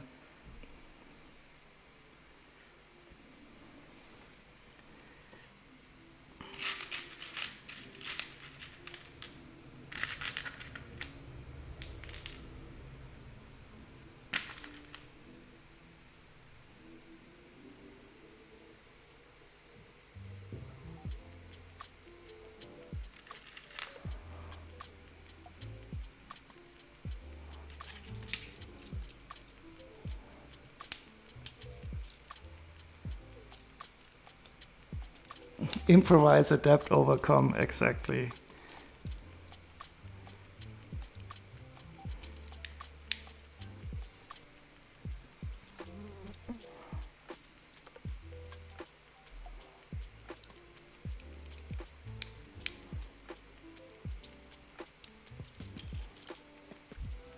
So I have no idea what I'm building here. Well, I know it's a car, but I don't know what these brown bars are for.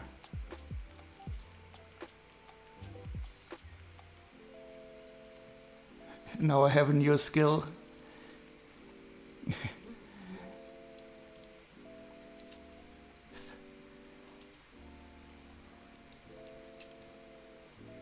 Yeah, but I think everybody living in Berlin has the skill by now.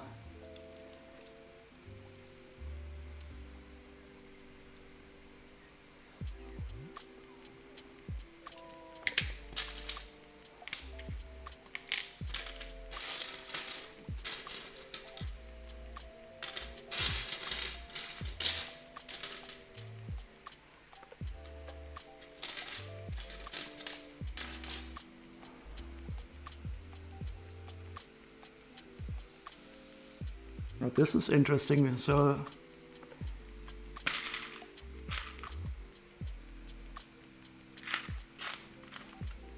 this bushing part is only supposed to be on one side of the car, and I have no idea why.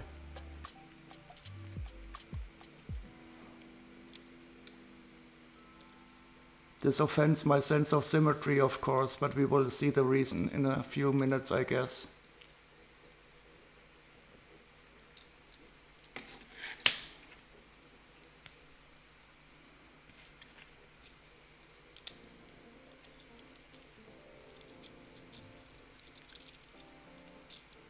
And this is also nice, the way we put this bracket here, the old fence piece.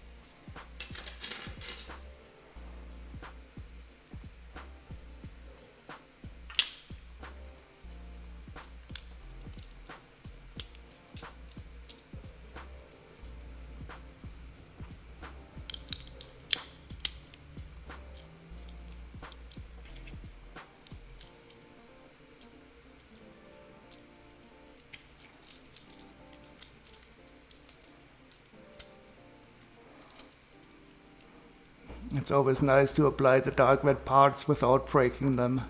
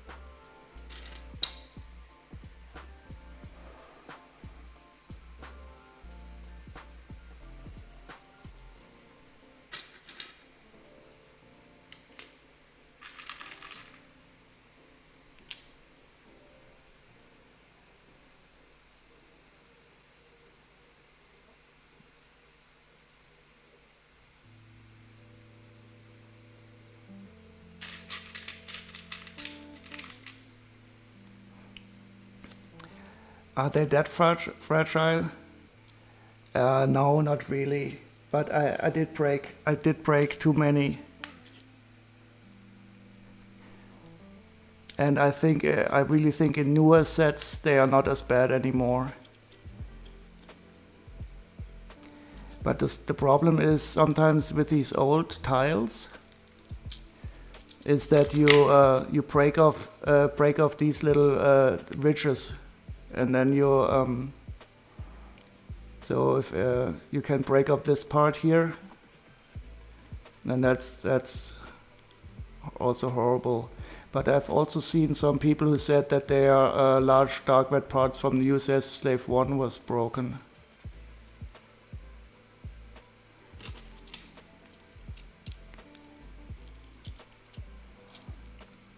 I just handle them a bit more carefully than the other parts.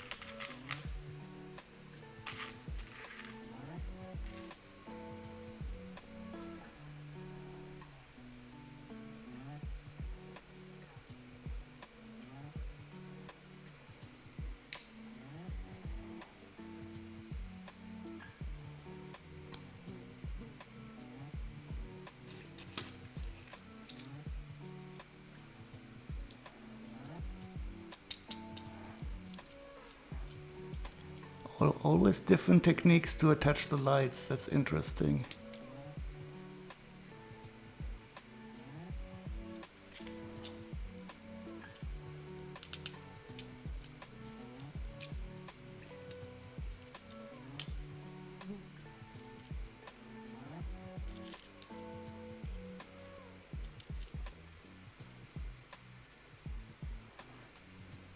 Oh, I don't see the moon from this window, but I see it from my Schlafzimmer. What's the word in English? Bedroom.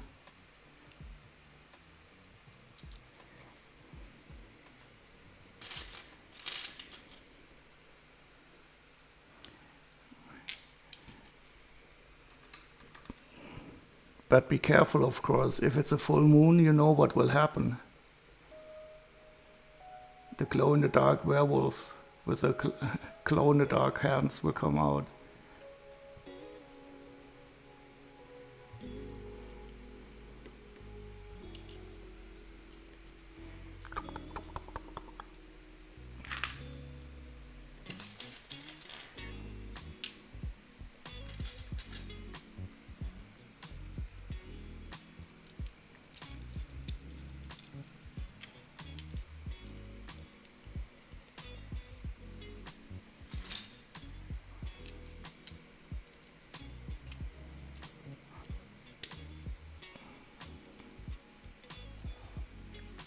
I think it is silver.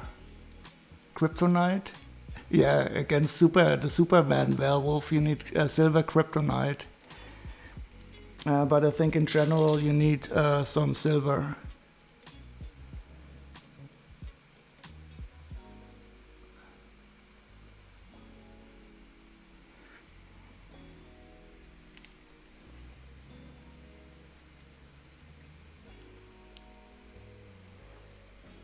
And nice that every monster has a built-in weakness. Yeah, that would be a really, really boring story. Maybe some heroes are too strong. And I think Superman only has the kryptonite. Oh no, he also needs the yellow sun, I think.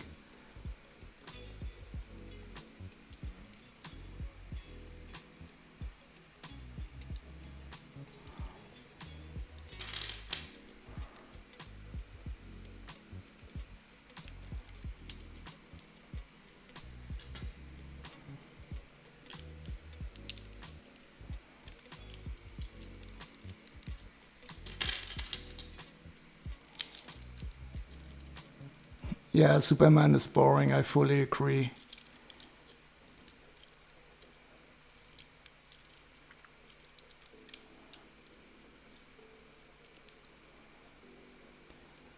To be honest, I don't really follow any superheroes stories anymore because it's so so used up. I like this series on Amazon, The Boys. because there the superheroes are really assholes. But I cannot see any more Marvel stuff, for example. Do you know Lobo the Hunter? No, Lobo the Hunter. I have to Google that now. Isn't that the guy with the Irokesenschnitt?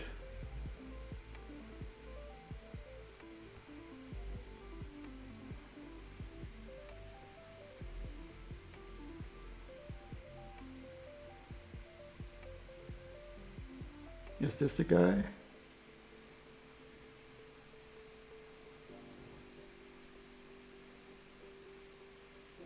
Oh, he works as an interstellar mercenary and bounty hunter.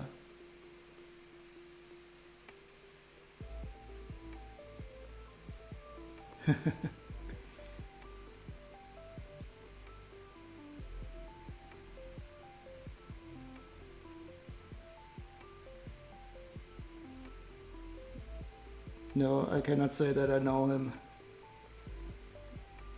Looks interesting, also a bit of an anti-hero.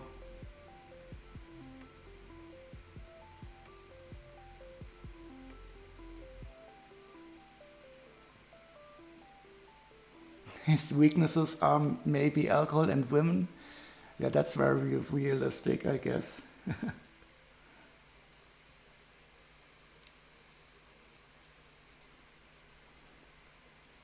But isn't there also this good German guy here? Do you know this guy? Lobo? I thought you meant him, Sascha Lobo. He's a bit crazy too. Sascha.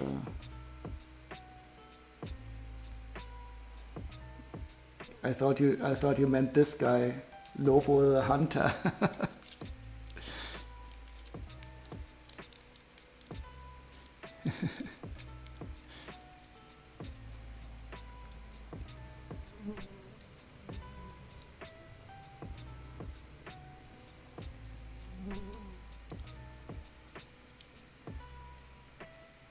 Fully anti, always up for fun and a good guy at heart. Yeah, that sounds simple.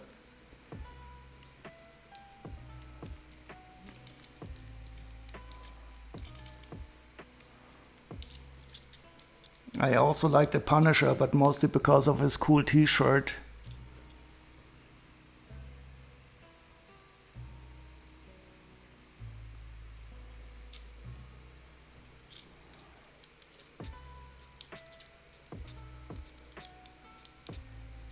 Wasn't he the one who made the Erdogan song? No, that was a different guy.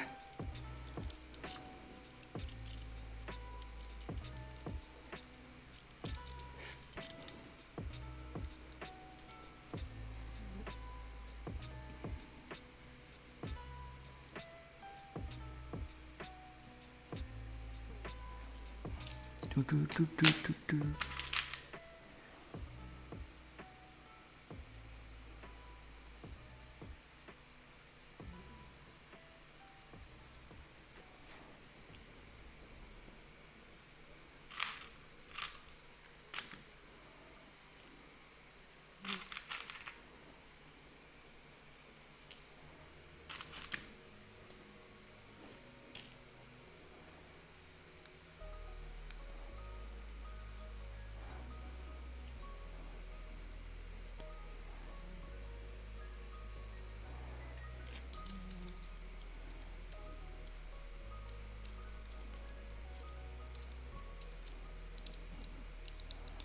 Mr. Böhmermann.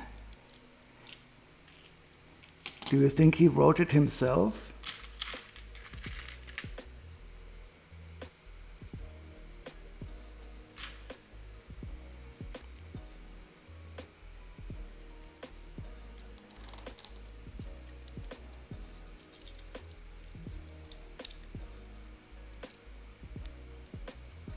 I have no idea what this car is, why we have this brown stuff here in the back of the car.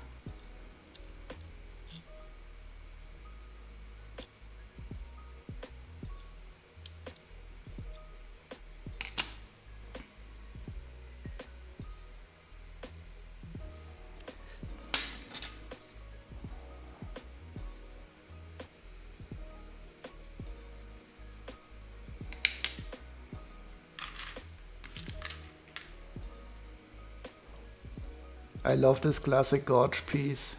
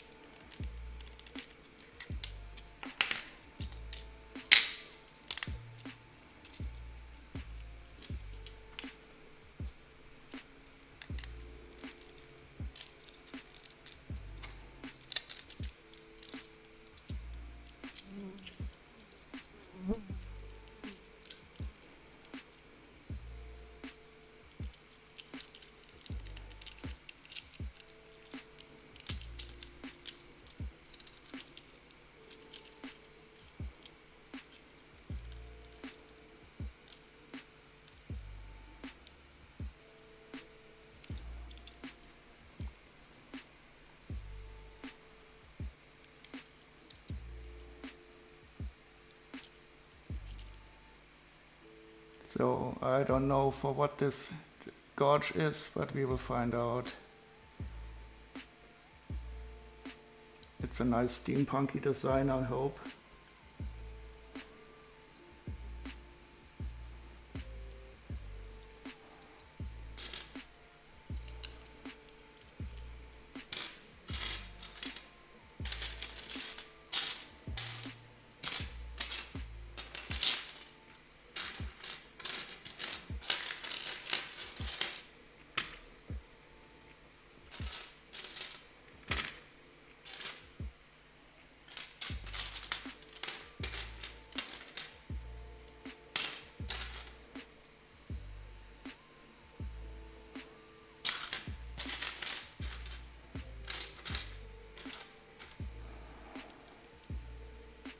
This car holds a lot of mysteries, it definitely does.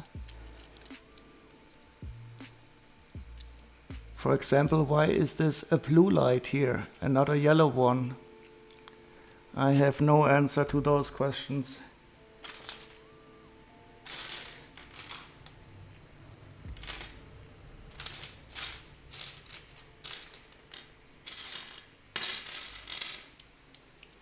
And the biggest question is always, where is the missing part?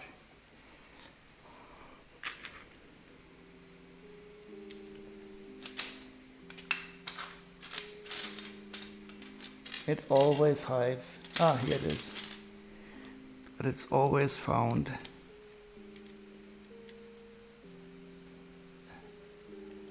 That's the warp speed.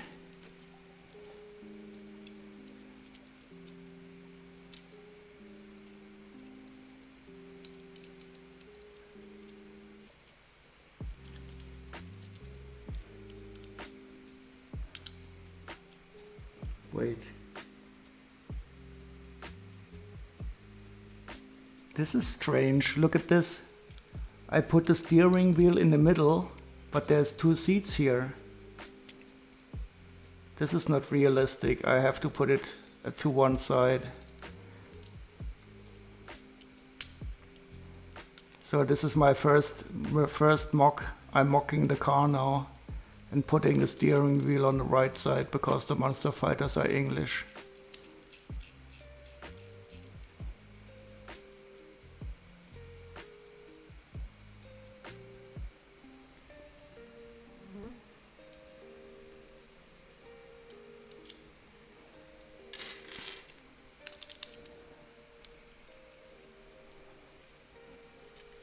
Anarchy, yeah. I thought we shouldn't get political, but I'm a political anarchist. Absolutely.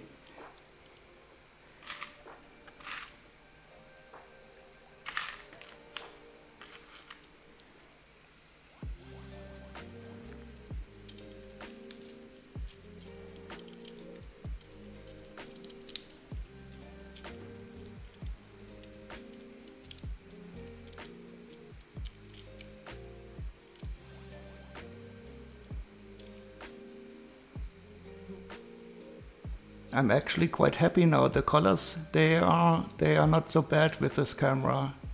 I think I found a good white setting, because this is dark reddish brown and this is dark red. This is light. This is tan here, light bluish gray.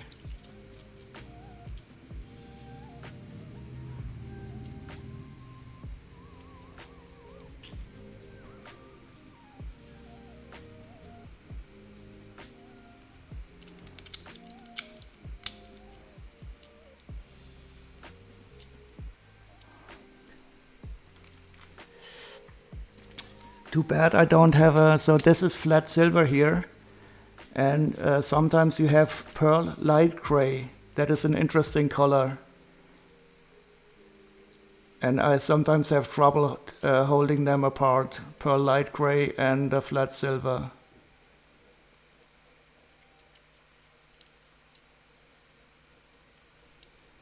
But this is definitely flat silver here. But this part is also available in pearl light gray.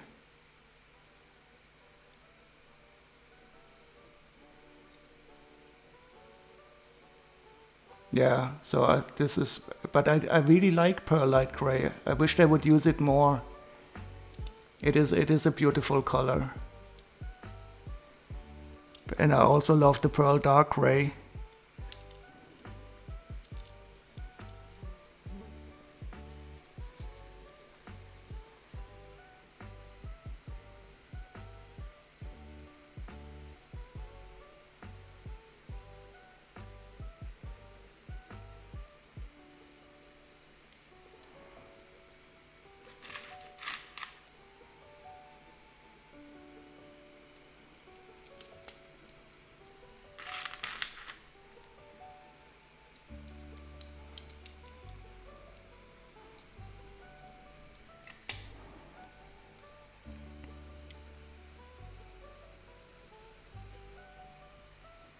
Oh, and now we put the cow guard here. I just have to look up what it's called. But I mean, this is going to be steampunky as hell.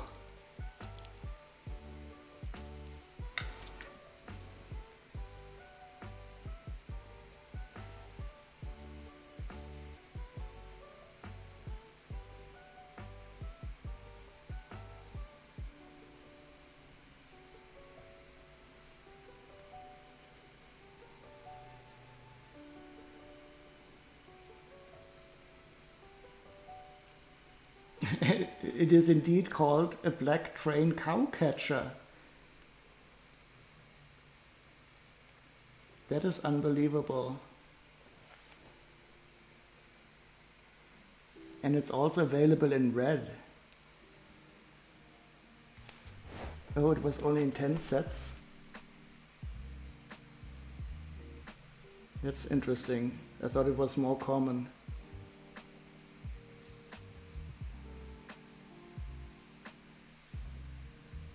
Oh, it's in a Disney train in red.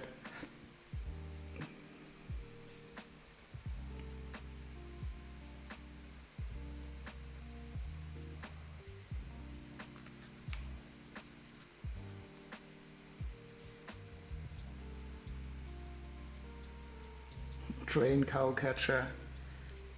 But I mean, you don't really want to catch a cow, you just want to push it away.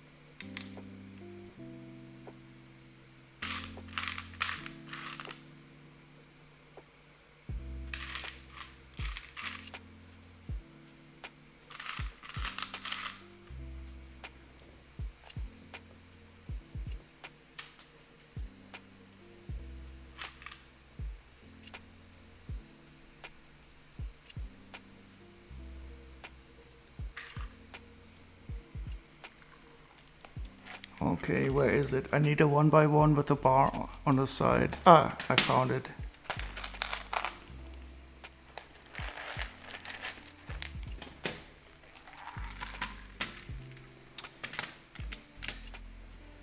Okay, music is over. Let's see what else we have.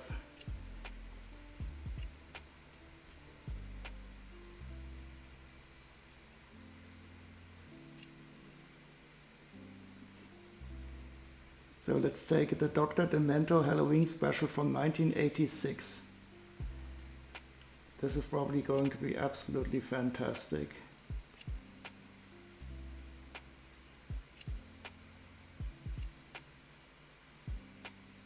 Dr. Demento. I think I found my new favorite villain name. I'm Dr. Demento.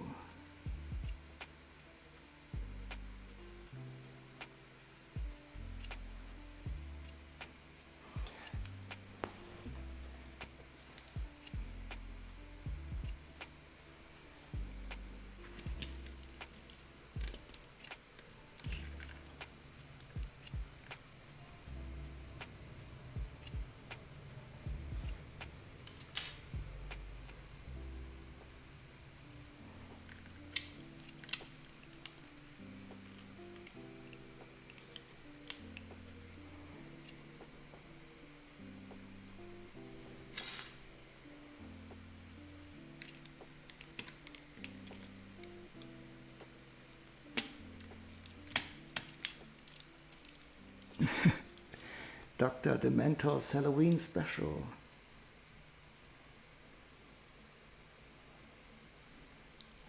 You're gonna make yourself some food, that's good. And you can bring some over, even though no, I'm not really hungry at the moment, which is surprising.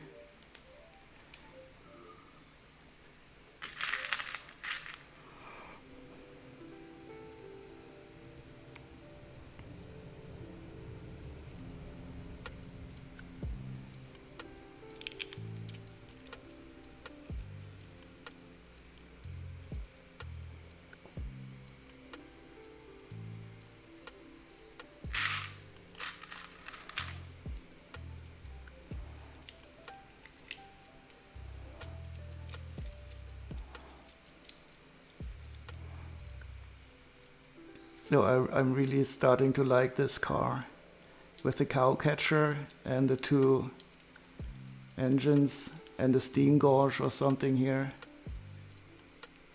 I wonder what we're gonna put up here.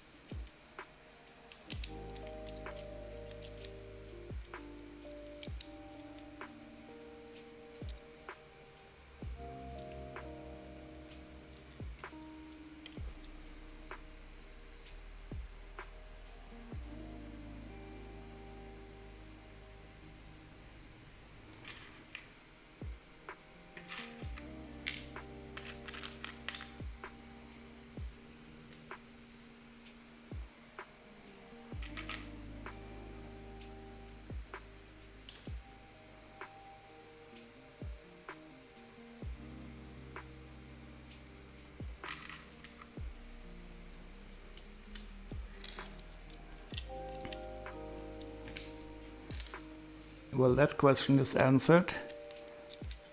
We're putting some quill wedges here.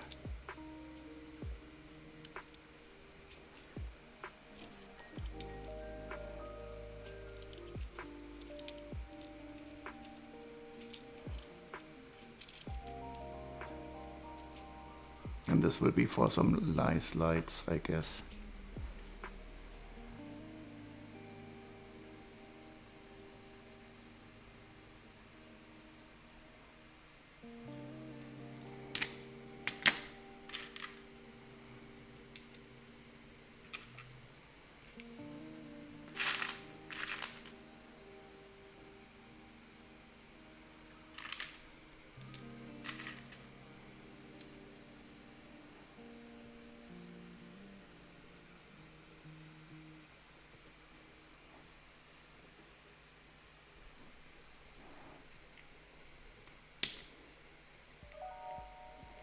Oh, it's Elvira.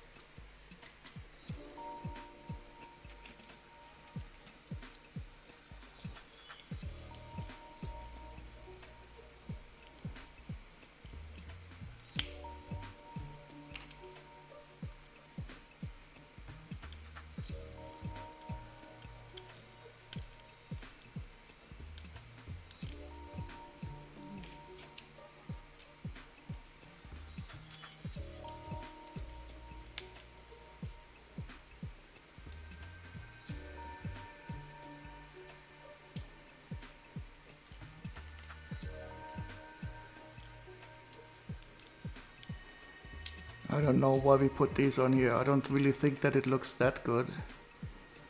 But we do what the instruction tells us, except when they tell us to put the steering wheel in the middle. Ooh, gears, play feature. Haha. I always love it when you see something that you have to place a gear somewhere.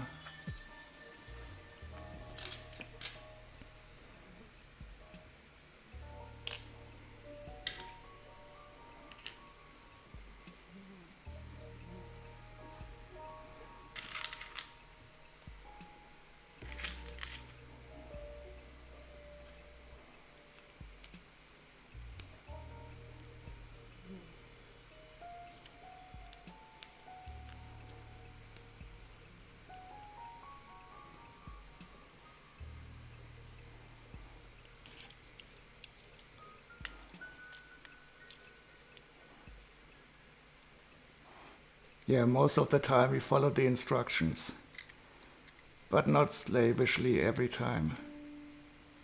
So now the big question is, what is this gear going to do? Whoops. Oh, it's going to fall out.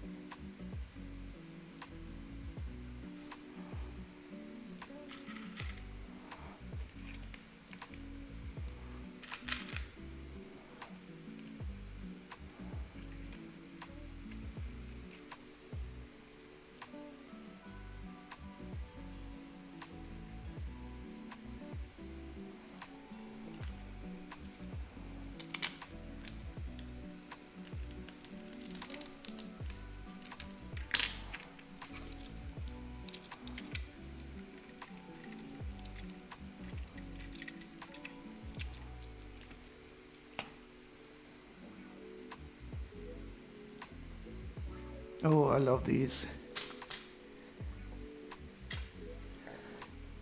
These parts I also remember from my childhood. They are also very old. I have to look up from when they were introduced.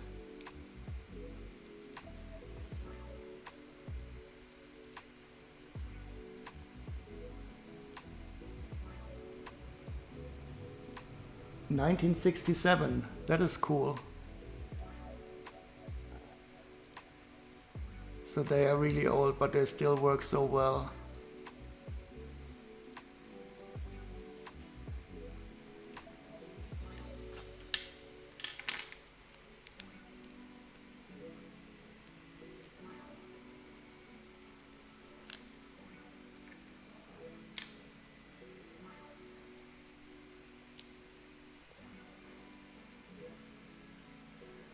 Mini Italia? What is Mini Italia?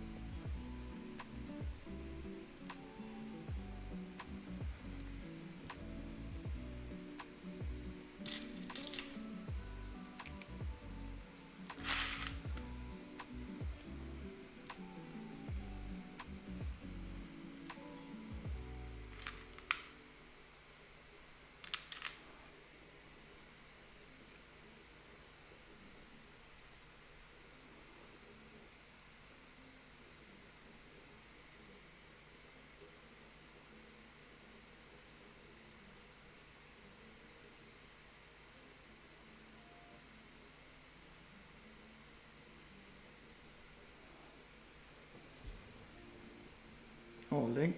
Let me click on a link.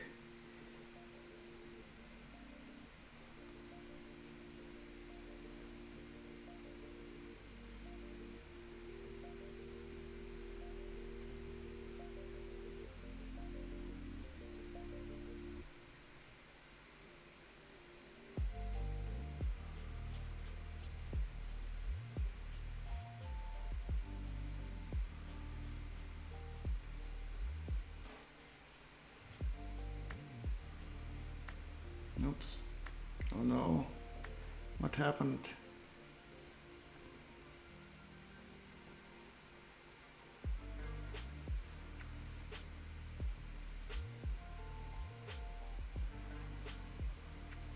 Ah, okay. Now I understand.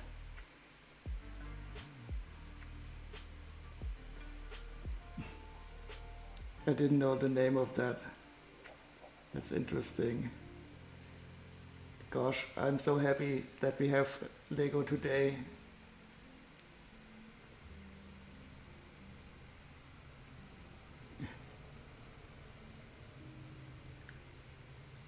So where's the music? Why has the music been turned off? Dr. Demento.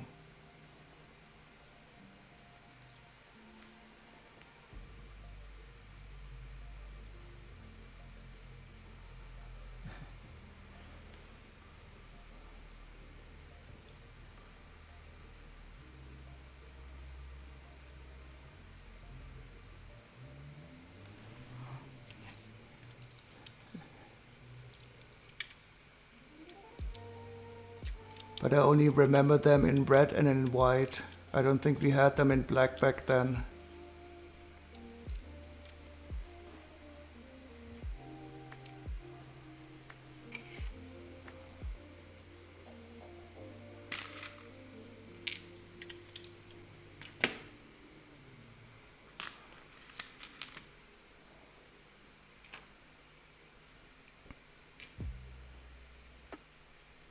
So this is interesting that we're using these 1x1 with the studs on the side. Maybe I don't know if the 1x2 with the studs on the side, maybe it was introduced later.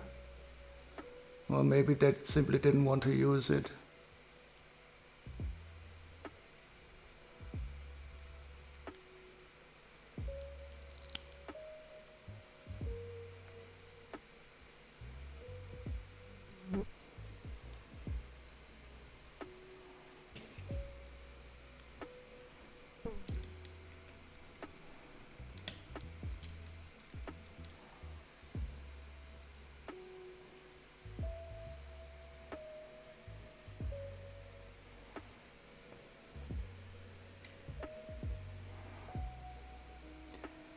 This I never understand why this is called trans bright green. It always looks so yellowish.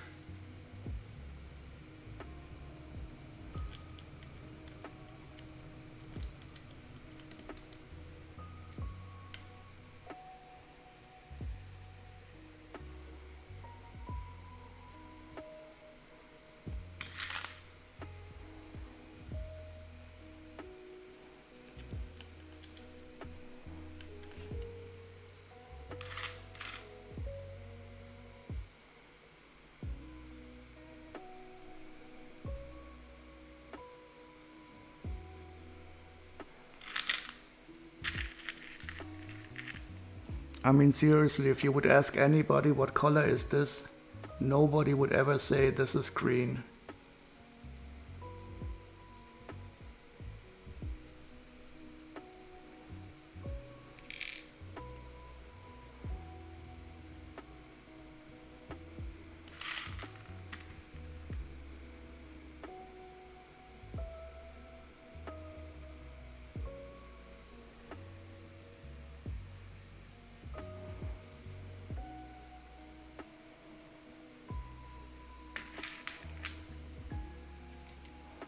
Oh, is it trans neon green? I don't know.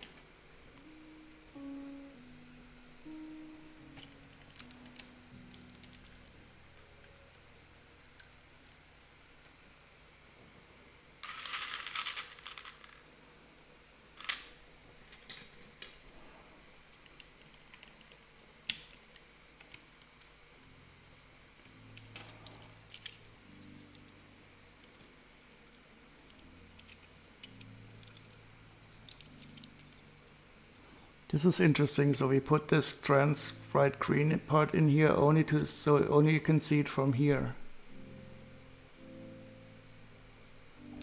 You cannot see it from the other sides. Maybe it's some kind of energy core.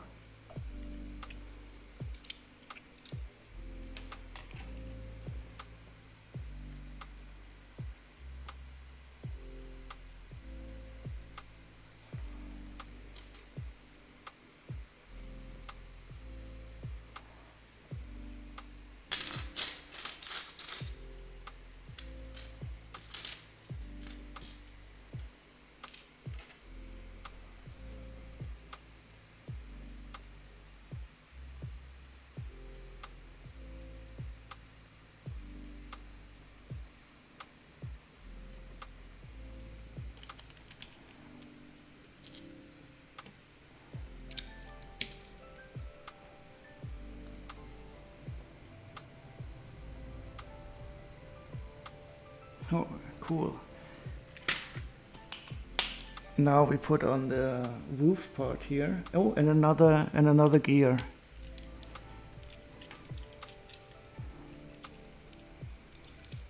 Nice.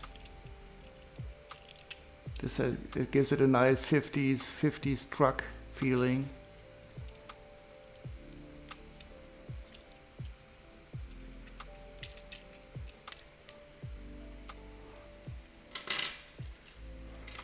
Oh, and this gear is going to connect to the other gear.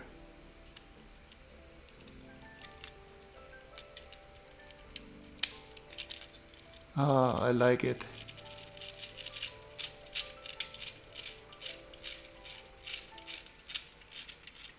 It's a fascinating. I turn this here and this down here turns also.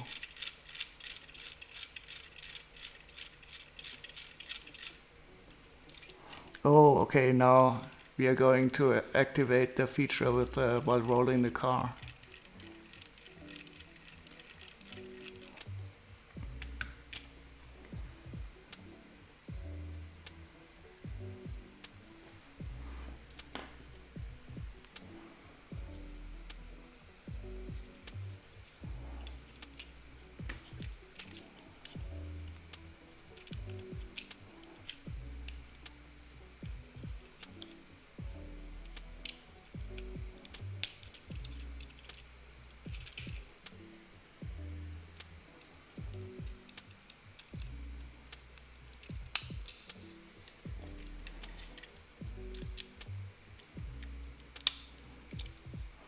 The music is dope.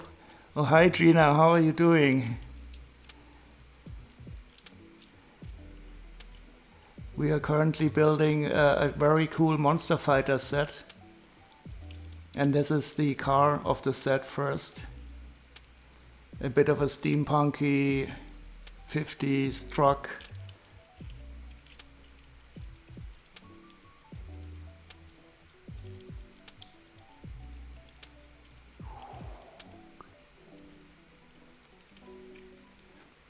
Yeah, it is fun. It is fun with the cow catcher here in the front. And I wonder what will happen with the gear now.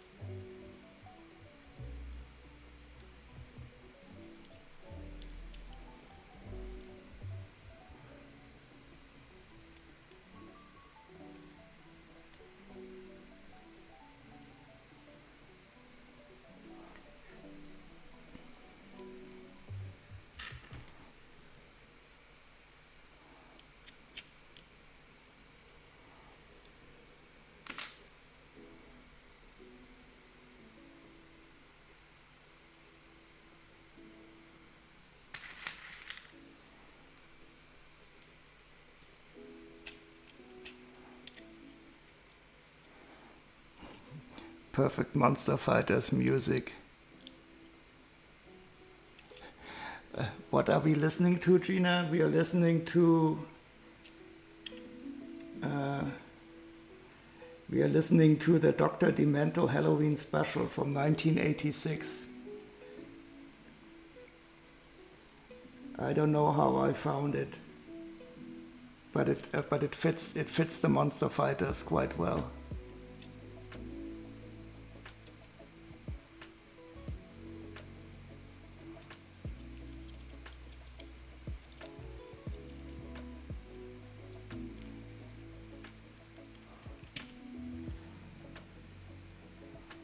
Yeah, since I found out how to not stream to the VOD, I can listen to anything.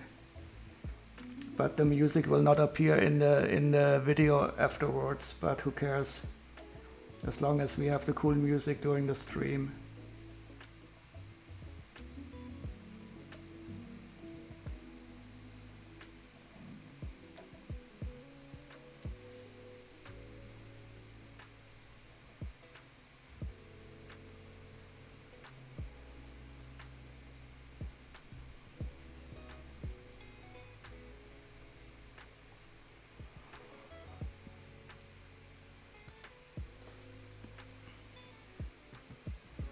Yeah, and I can fully understand the two of you. When I'm finished streaming, I'm usually totally exhausted.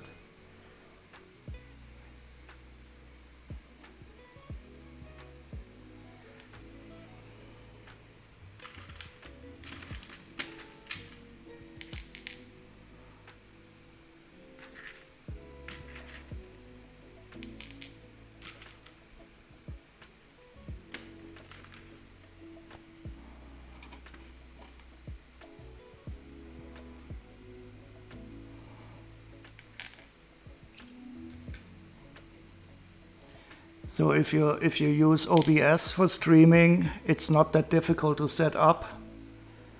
But I needed to install some other software, and I'm not that good with Windows. I'm more used to work with Linux, so I had to fight a bit with the Windows. But afterwards it wasn't that horrible.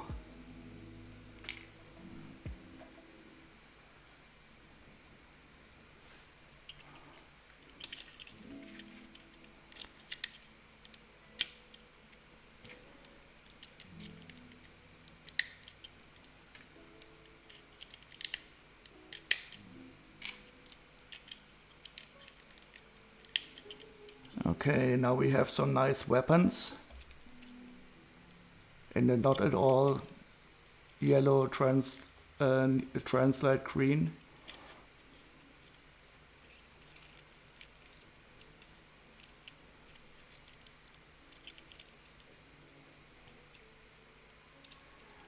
So Blitzbreak, there is music later in the VOD. So I'm streaming some other music from Pretzel Rock that is YouTube and Twitch safe on another channel. So there will be a bit of music in the VOD, but not the one that we're hearing currently.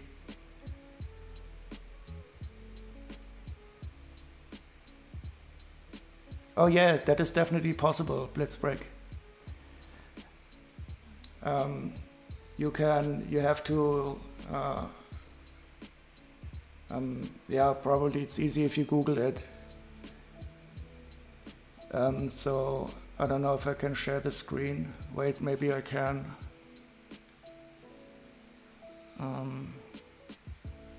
Let me see if I can add this online here, sources. And I just have to capture the OBS window, just a second. Window capture.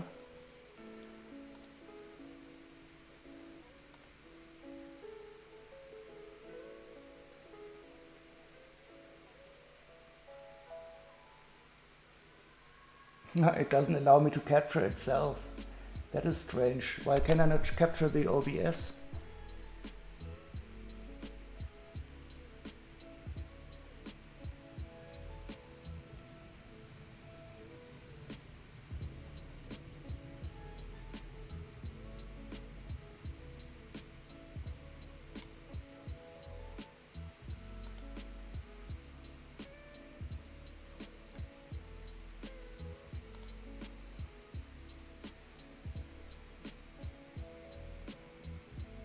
So it's not that difficult if you, but I can show you.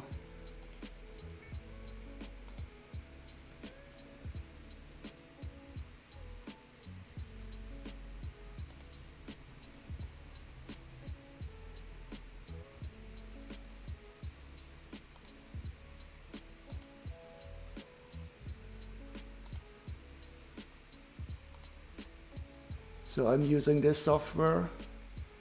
It's called Voicemeter, and you can add virtual input devices and output devices. And down here you see this is a virtual output device that I'm streaming the music. And in this device I'm streaming the music that we hear currently. And then I tell OBS to only add one of the streams to the VOD, and the other one is for the live streaming.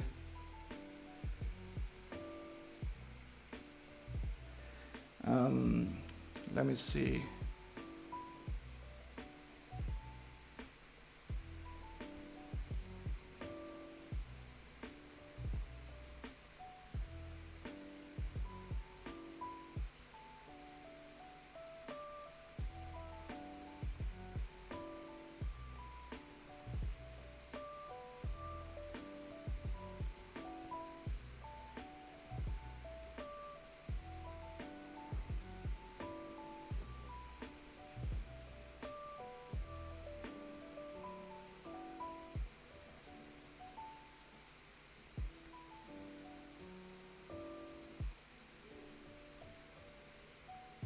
This could be a good article.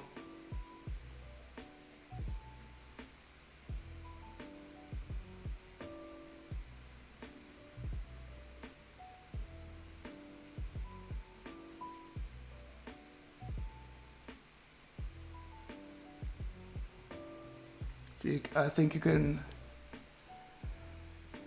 and you can try it with this article. I think that is probably a good starting point. And then you'll be able to go on from there.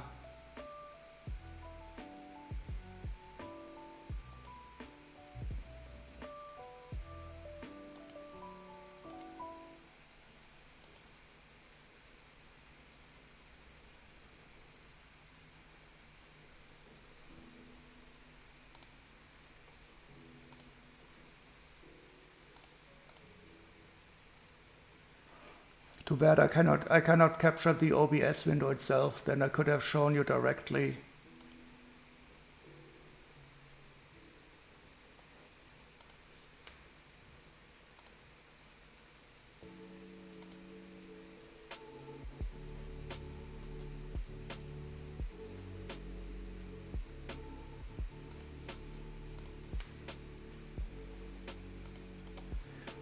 But I can kind of understand that they don't want to capture it themselves. That would probably be a horrible loop.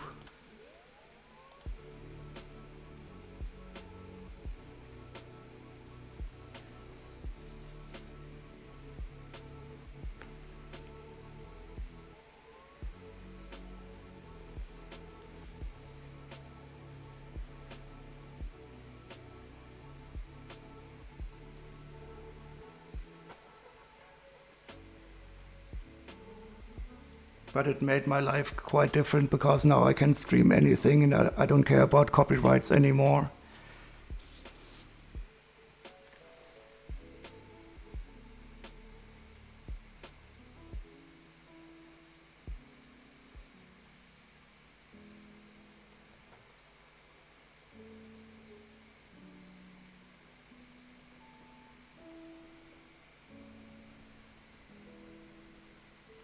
This song is cool.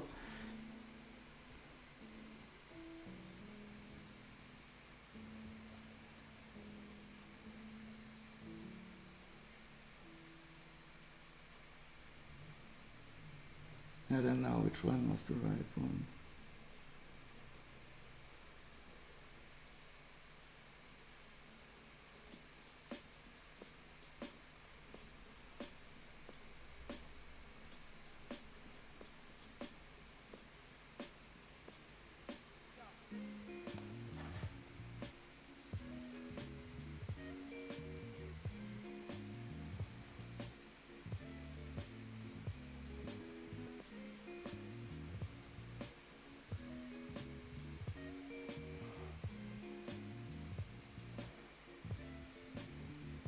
Oh yeah, I'm definitely looking forward to hearing some of your music. Oh, look at this. We're building hammers. We're building hammers for the side of the car. This is going, oh yeah, okay. This is nice. And why is the music stopping again?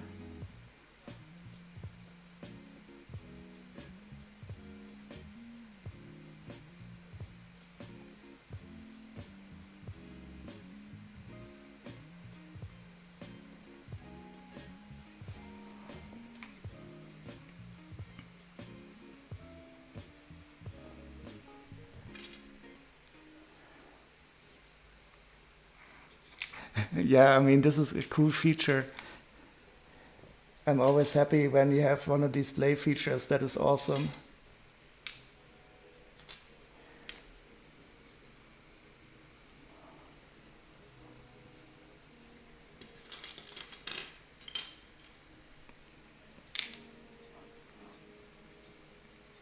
And I mean, this with this Beatles cover song, I mean, who cannot be happy with this?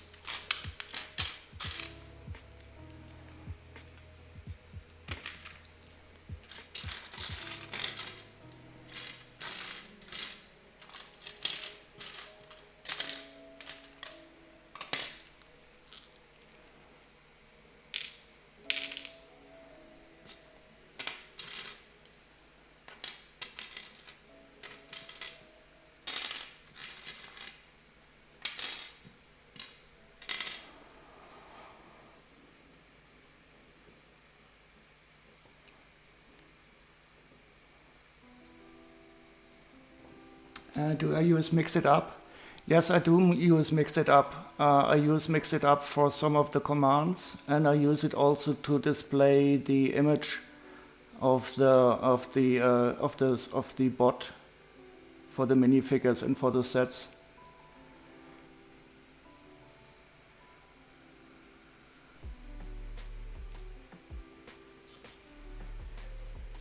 But I'm not happy. I'm not really totally happy because I cannot scale the images in the way that I would like to. That's why sometimes the aspect ratio of the images is not correct.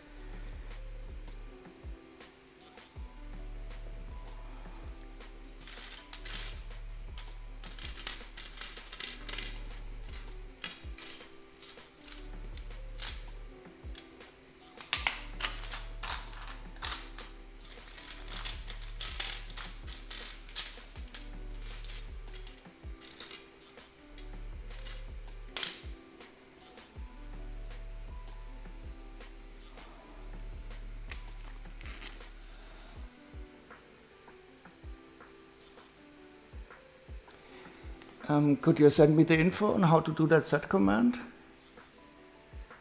Yeah, maybe it would be easier if we talk with Discord or something, because it's not completely trivial. You need to run a Python script on your side that starts a little server. But otherwise, it's not that hard. I would have to send you the source code of this little Python script.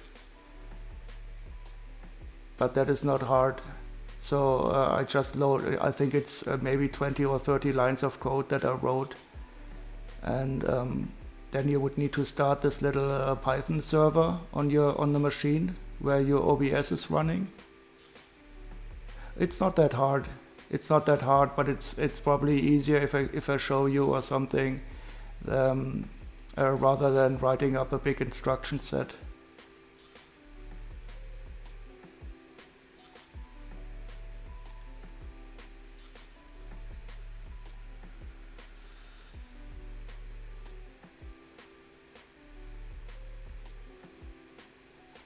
And otherwise, besides starting this Python script, it's only setting up the command in setting up some stuff in Mix It Up.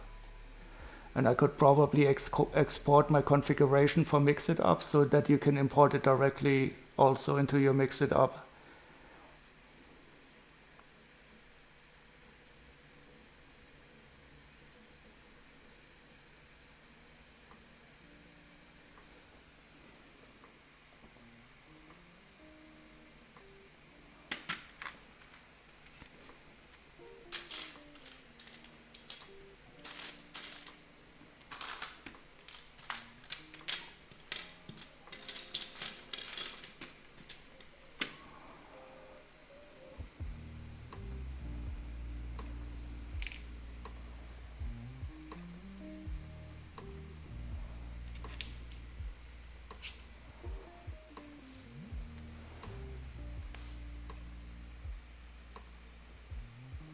Yeah, so I think so.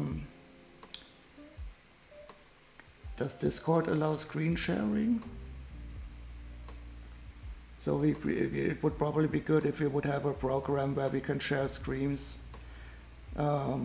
Maybe Zoom or something. I'm only using Zoom for business reasons, but that is quite good if you want to share screens.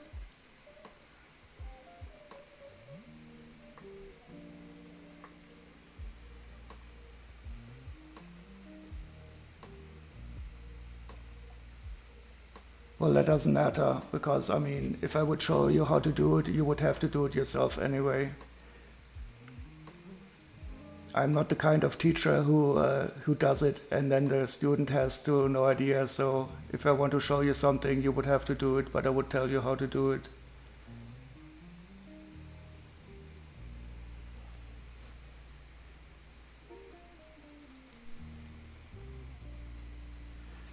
And as long as I can see what you're doing. Yeah, and I also like sharing stuff like this. So we just have to set up a time and I can show it to you.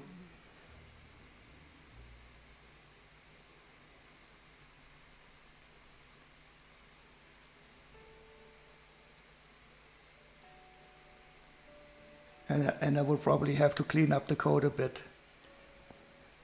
I can show it to you probably.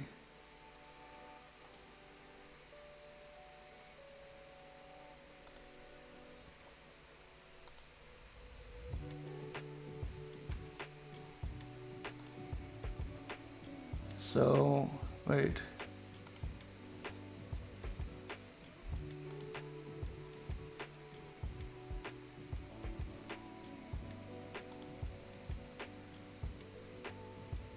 So this is all the code. This is more or less everything.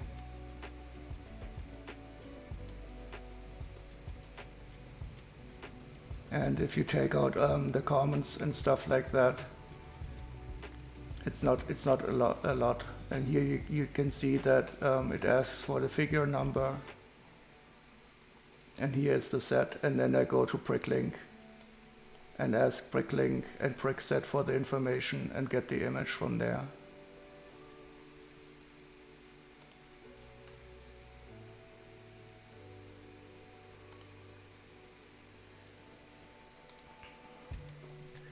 And then I could give you the code, and you would just have to start this little Python script on your side and configure it and mix it up, and then it should be working on your side too.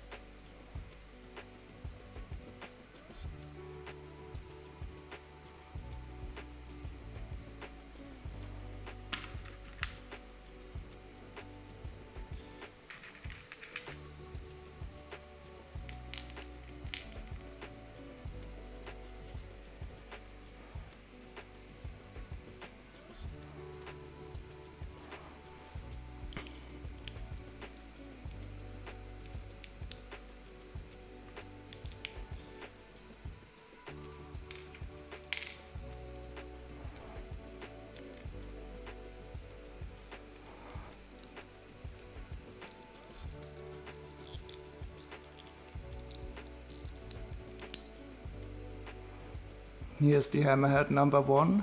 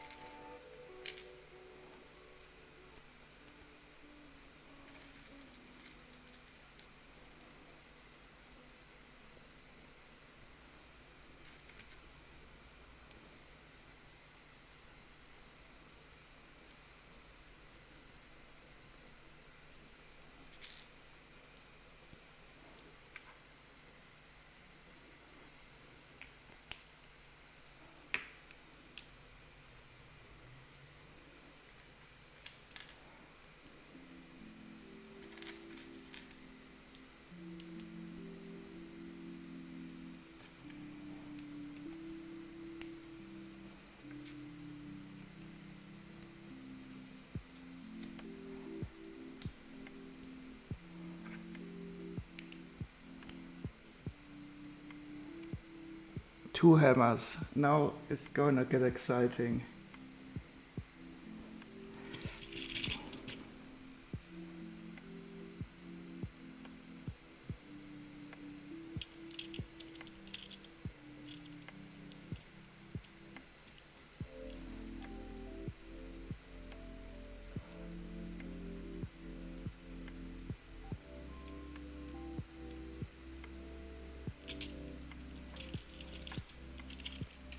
Okay, first try. Look at this, how the hammers are moving. I just have to, oh wow, this is so awesome.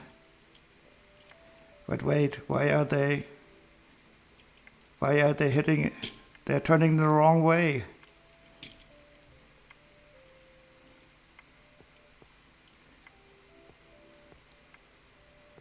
So when I move forward, they are hitting in the back.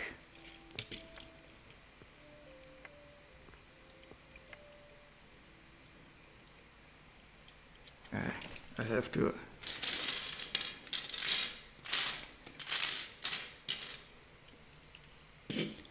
So let's see. So when the car moves forward, the hammers move, they hit in the back.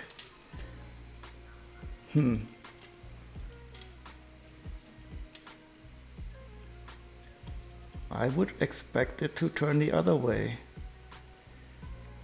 I see a slight modification has to go up here. But maybe it is for hitting people that are running behind you. It is still a nice play feature. Maybe it gets stuck too easy when you hit a monster and all the monster blood splatters around, and the monster gore gets into the.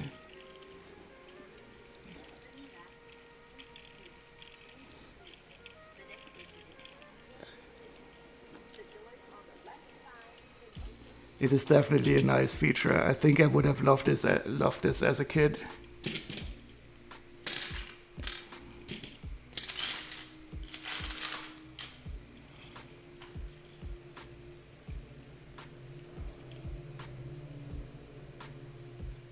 Yeah.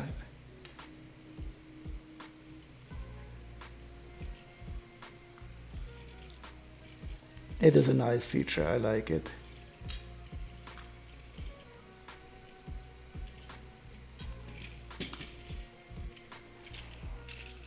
And they move quite fast.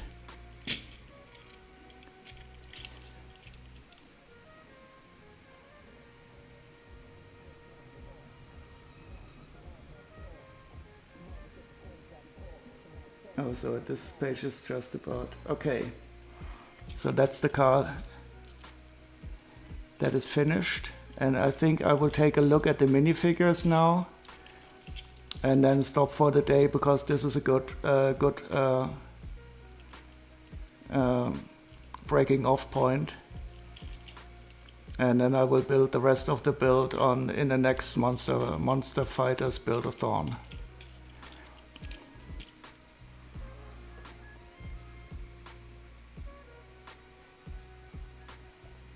And these minifigures are going to be expensive, so buckle up. If I would just know where I had it.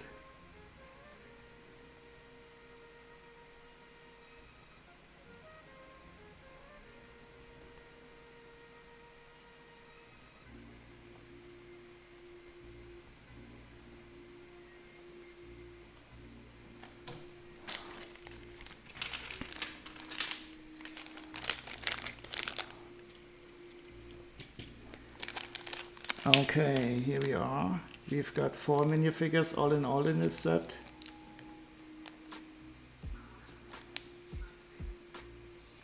And I think the most boring one will be Mr. Jack Hammer,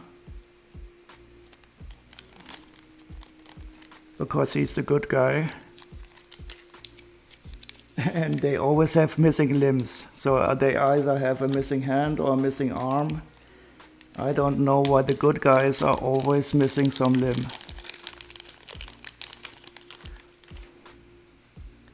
So that's him, Mr. Jack Hammer.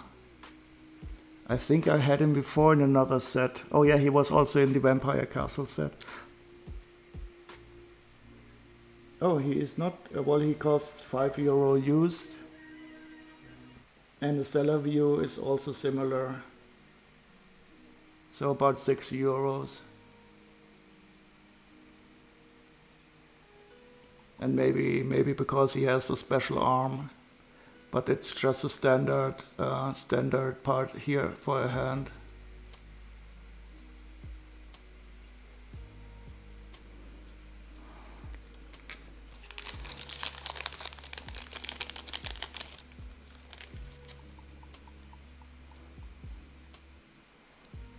But he does have a nice face print.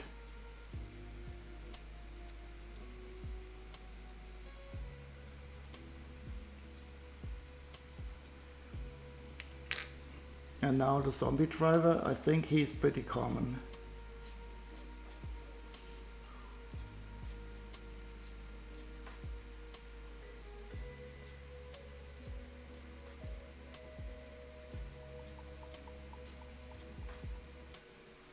So he appeared in 4 sets, yeah, and he's not as expensive.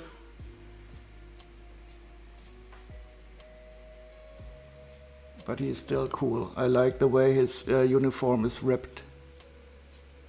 And he has 2 different arms, hands.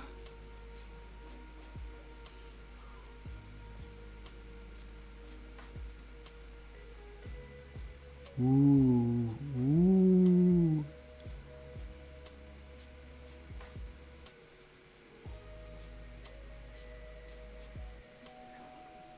But the stars of the show are, of course, these 2 here. And I think the Moonstone is also very expensive.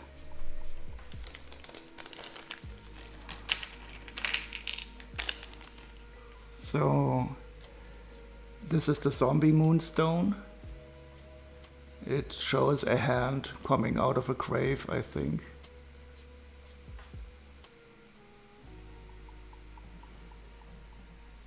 And this Moonstone appeared only in this set, and it's at least 30 euros.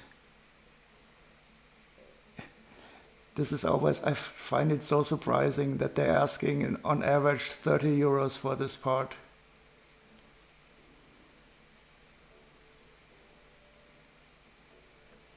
I'm always totally surprised when I find a part like this.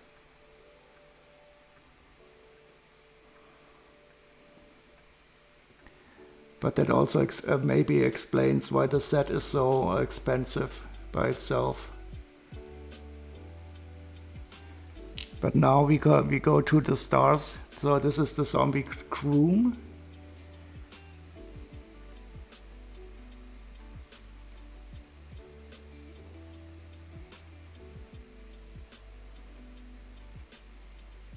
He is less expensive than the Moonstone, which I do not understand. Even though he only appears in this one set, he costs less than the Moonstone.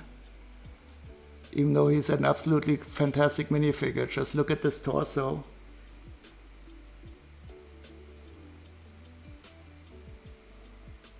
With the torn up tuxedo shirt.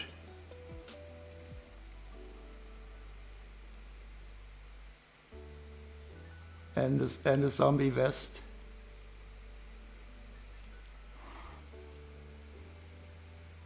But he doesn't have any printing on the legs. And of course a nice little zombie face. Focus please.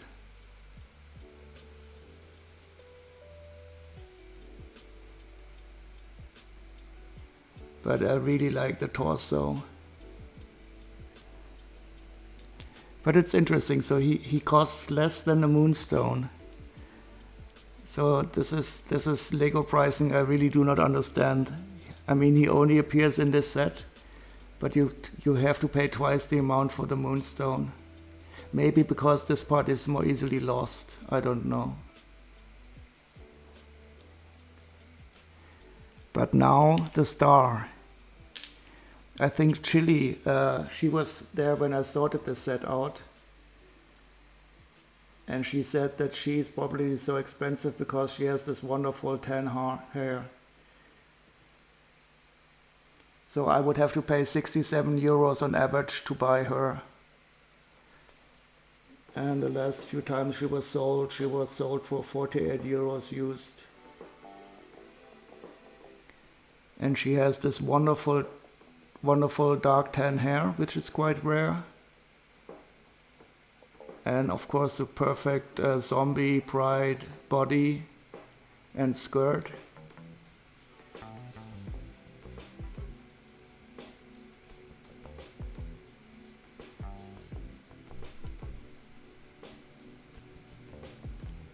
And she has 2 faces, but I think both of these faces, they look quite similar. I don't really see a big difference.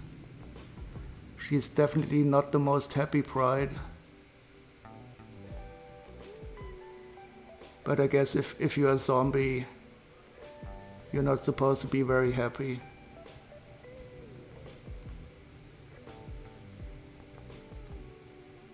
The second one is surprised.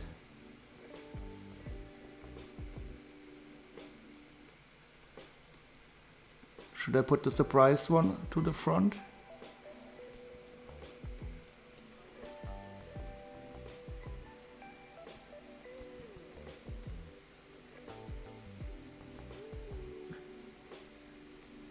Okay, so in the description it says one is sad and one is determined. Bad kind of surprise. Oh, surprise, I'm dead. Surprise, I crave brains. Woo. Yeah, but it is a really nice minifigure. And I think Chili mentioned that dark tan hair pieces are very rare in general. The other one looks suspicious. I think both of them look not the most healthy.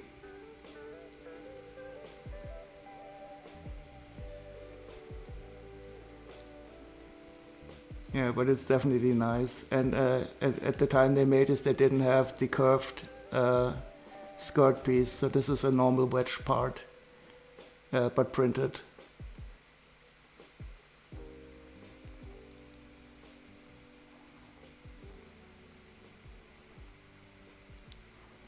Yeah, but I think this is the reason why this whole set is so expensive.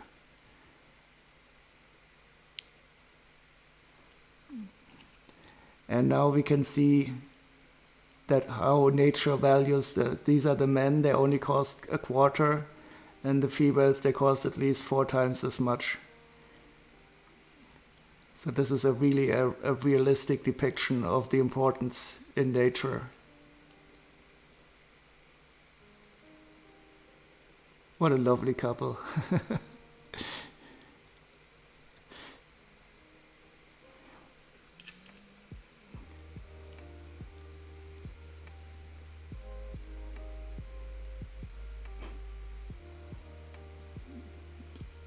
Very nice. Okay. So I think I'll leave it off at this. I will continue the build next time on the Monster Fighters Build-a-thon, but I think I might build the Crystal King beforehand, so it should arrive tomorrow. And I'm really looking forward to building that set. It's from the current Ninjago wave. And I'm really looking forward. So by the way, Phoenix, did you finish your water dragon?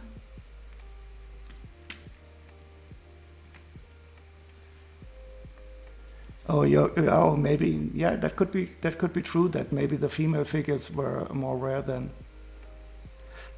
That is an interesting thought.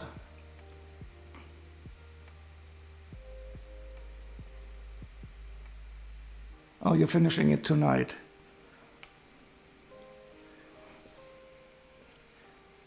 So Phoenix, should we set up some time where we can meet on Discord and I can show you this?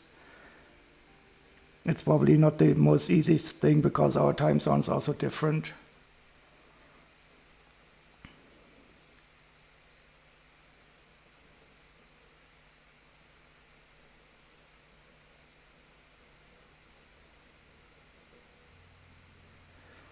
And I don't think it should take too long. I mean, we will just need to install Python on your machine, or maybe you already have it installed.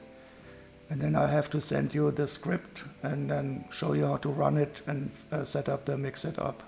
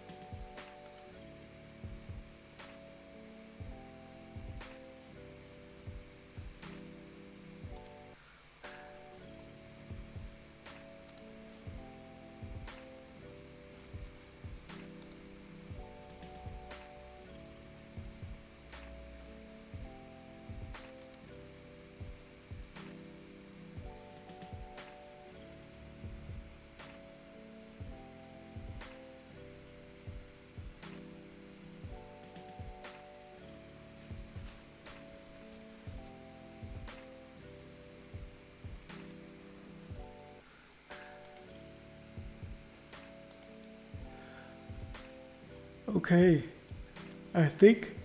Oh, I'm sorry for yawning directly into the microphone.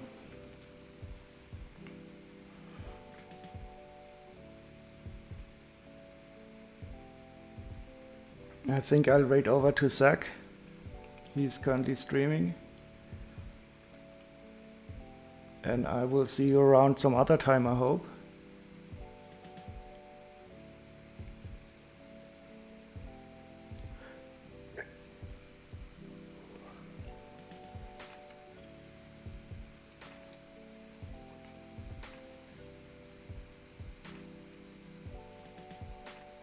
Thank you, Phoenix. And we should get together at some time for this set command, okay?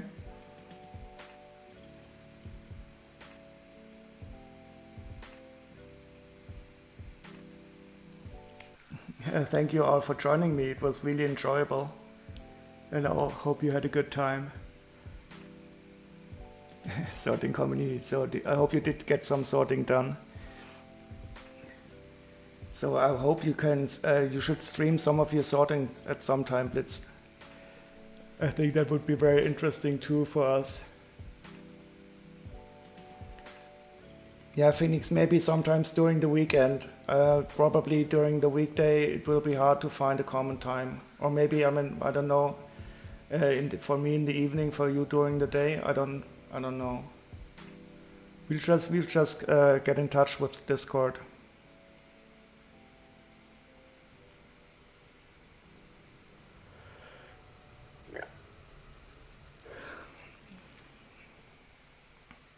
Okay, so have a great evening, have a great day.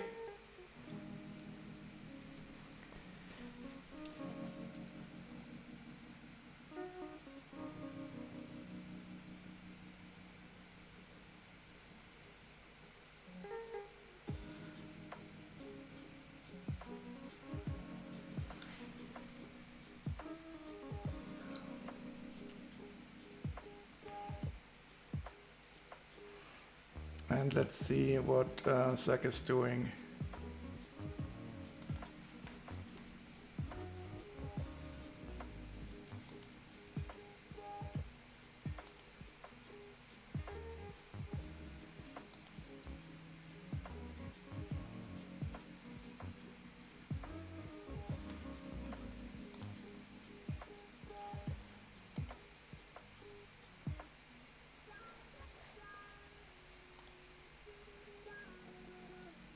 Oops.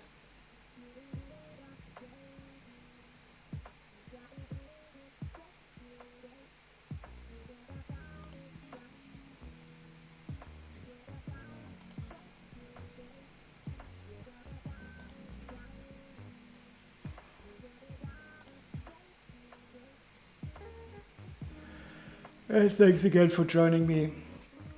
I hope to see you some other time on your stream or here. Bye bye.